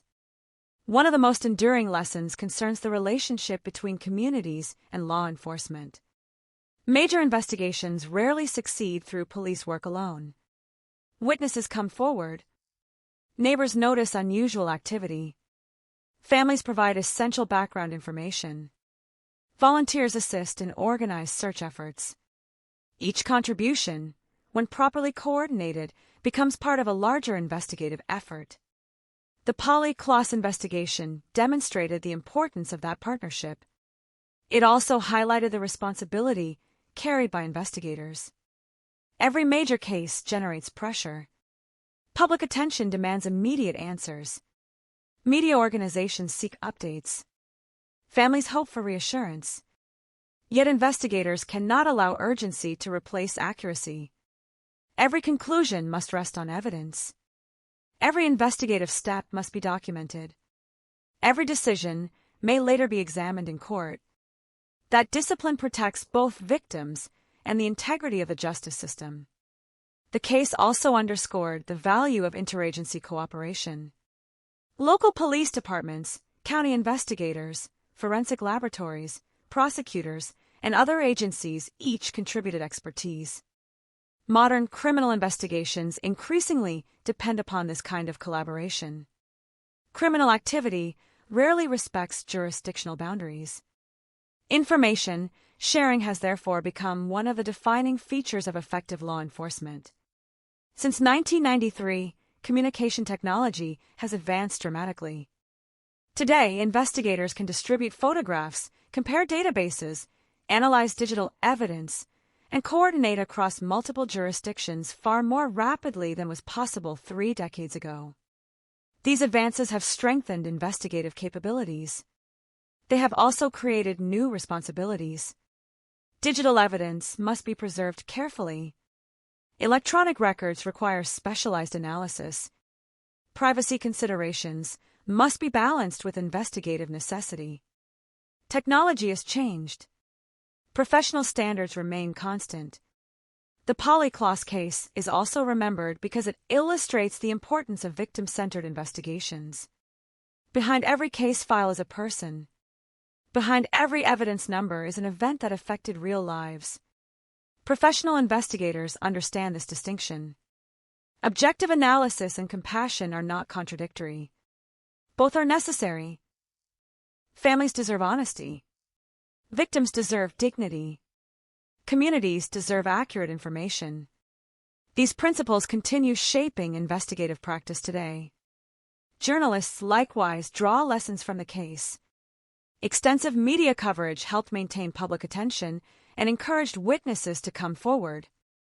At the same time, the case demonstrated why careful verification remains essential. Rumors can spread quickly. Speculation can mislead the public. Unconfirmed information can complicate active investigations. Responsible journalism therefore requires patience as well as speed. Accuracy remains the foundation of public trust. Legal scholars continue examining the case for another reason. It demonstrates how criminal investigations ultimately depend upon constitutional procedure. Searches require legal authorization. Evidence must satisfy admissibility standards. Witness testimony is subject to cross-examination. Jurors receive legal instructions designed to ensure fairness. These protections exist not to delay justice, but to strengthen confidence in judicial outcomes. The Polly prosecution became an example of how careful investigative work can withstand that legal scrutiny. Beyond criminal justice, the case influenced broader conversations about child safety. Parents became more aware of discussing personal safety with children. Schools expanded educational programs. Community organizations increased their involvement in prevention efforts. Many of these developments reflected a growing recognition that protecting children requires cooperation among families, educators, communities, and law enforcement. No single institution can accomplish that responsibility alone. Perhaps the most meaningful legacy of the case is not found in legislation or courtroom records. It is found in memory. Polly Klaas is remembered not solely because of the crime committed against her, but because her story encouraged lasting improvements in awareness, investigative practice, and public engagement. Remembering victims accurately matters. It reminds society that criminal investigations concern people, not abstractions. Each victim had a life before becoming part of a criminal case. Each family continues living with consequences long after public attention fades. That perspective remains essential when discussing historic investigations. Today, new investigators entering law enforcement may first encounter the Polly Klaas case in classrooms rather than newspaper archives. They study investigative timelines, evidence preservation, witness interviewing, interagency coordination, courtroom presentation. The case serves as an educational resource because it demonstrates principles that remain relevant regardless of changing technology. Respond promptly. Protect evidence. Verify facts. Document thoroughly. Treat families with respect. Allow evidence, not assumptions, to determine conclusions. These principles have guided generations of investigators. They will continue guiding future generations. History remembers many criminal cases. Some are remembered because they remain unsolved.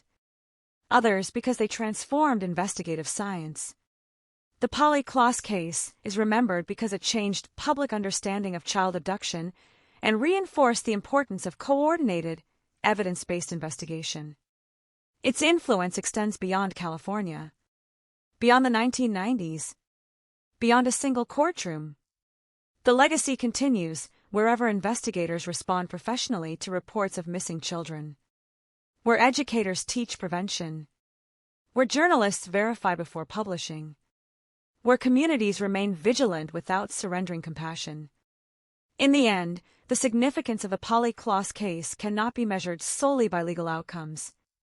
It is measured by what society learned, by improvements in investigative practice, by continued efforts to protect children, and by the commitment to remember victims with accuracy, dignity, and respect. History cannot change what happened on that October night in 1993. But history can preserve the lessons. Those lessons remain relevant today. And they continue reminding us that the pursuit of justice begins with truth, is sustained by evidence, and ultimately depends upon the collective responsibility of an informed and compassionate society. When investigators speak about historic criminal cases, they often distinguish between those remembered for their notoriety and those remembered because they permanently influenced investigative practice. The Polly Klaas case belongs to the second category. Its significance extends beyond the crime itself. It is remembered because it demonstrated how a major investigation unfolds under extraordinary public attention while remaining grounded in evidence, procedure, and accountability. One of the most important lessons concerns the first response. Experienced investigators frequently emphasize that the earliest actions taken after a reported child abduction can influence every stage of the investigation that follows. Securing the scene, identifying witnesses, documenting observations, and preserving evidence are responsibilities that cannot be postponed. If evidence is lost during those first hours, it may never be recovered. That principle was reinforced repeatedly during professional reviews of major child abduction investigations throughout the 1990s. The case also highlighted the importance of investigative coordination. Modern criminal investigations rarely involve a single officer or even a single agency. Detectives, crime scene specialists, forensic scientists, laboratory analysts, prosecutors, victim advocates, search coordinators. Each performs a specialized function. Success depends not upon individual effort alone, but upon communication among professionals working toward the same objective. Since the early 1990s, that coordination has improved considerably. Shared databases, faster communications, improved forensic science, digital case management. These developments allow investigators to exchange information far more efficiently than was possible when Polly disappeared. Yet every experienced investigator will make the same observation. Technology improves investigations. It never replaces careful judgment. Another enduring lesson involves witness interviews. Human memory is valuable but imperfect. Investigators therefore seek independent corroboration whenever possible. A witness statement may identify a direction. Evidence must confirm it. Professional investigations depend upon multiple sources pointing toward the same conclusion rather than relying upon any single observation. That approach reduces error. It strengthens prosecutions, and it protects the integrity of the justice system. The courtroom ultimately examines not only what investigators discovered, but also how they discovered it.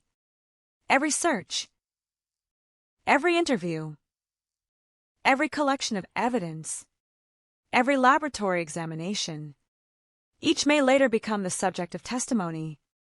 Proper documentation therefore becomes just as important as the evidence itself.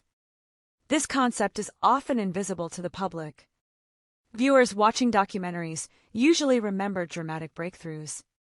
Investigators remember paperwork, evidence logs, photographs, laboratory reports, search warrants, interview recordings. Those records preserve the credibility of the investigation. Without documentation, even important evidence may become difficult to present effectively in court. The Polly Klaas investigation also demonstrated the importance of measured communication with the public. Communities want information. Families deserve updates. Journalists seek accurate reporting. Investigators must balance those needs against the responsibility to protect sensitive aspects of an active investigation. Too little communication can reduce public confidence. Too much disclosure can unintentionally compromise future legal proceedings. Finding that balance remains one of the most challenging responsibilities facing law enforcement during high-profile cases. Victim advocates identify another lasting lesson. Families experiencing the disappearance of a child often face extraordinary uncertainty. They interact simultaneously with investigators, prosecutors, journalists, volunteers, and community members. Providing accurate information while respecting emotional needs has become an increasingly important component of modern investigative practice. Victim support is no longer viewed as separate from the investigation. It is recognized as an essential responsibility. Criminal justice professionals continue studying the Polly Klaas case because it illustrates how evidence-based investigations withstand public scrutiny. High-profile cases inevitably generate speculation. Rumors spread quickly. Assumptions emerge. Professional investigators must resist all of them. Evidence, not public opinion, determines investigative conclusions. That principle protects innocent individuals from false accusations. It also strengthens legitimate prosecutions by ensuring conclusions remain firmly supported by verifiable facts. Looking across more than 30 years of criminal justice history, the case remains a reminder that every investigation ultimately serves two purposes. The first is accountability, identifying those responsible through lawful, evidence-based procedures. The second is prevention, learning from each investigation so future responses become stronger, faster, and more effective. Every major case contributes knowledge. Investigators refine procedures. Training evolves. Technology advances. Communities become better informed. The goal is not simply solving yesterday's crimes. It is reducing tomorrow's risks. That may be the most enduring legacy of the Polly Klaas case. Not only that justice was pursued through the legal system, but that investigators, educators, policymakers, and communities continued asking what could be learned. Those questions remain relevant today. How can agencies cooperate more effectively?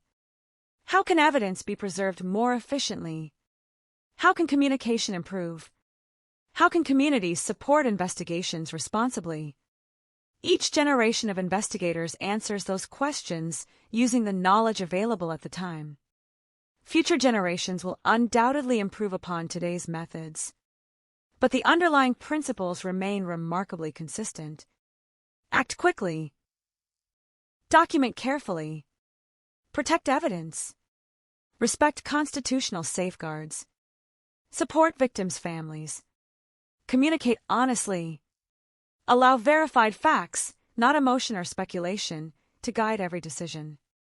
These principles form the foundation of professional criminal investigation. The Polly Klaas case remains part of that foundation, not because it represents every investigation, but because it reminds us that behind every case number is a human story, behind every investigative decision is a responsibility, and behind every successful prosecution stands the careful work of countless professionals committed to discovering the truth through evidence, fairness, and the rule of law.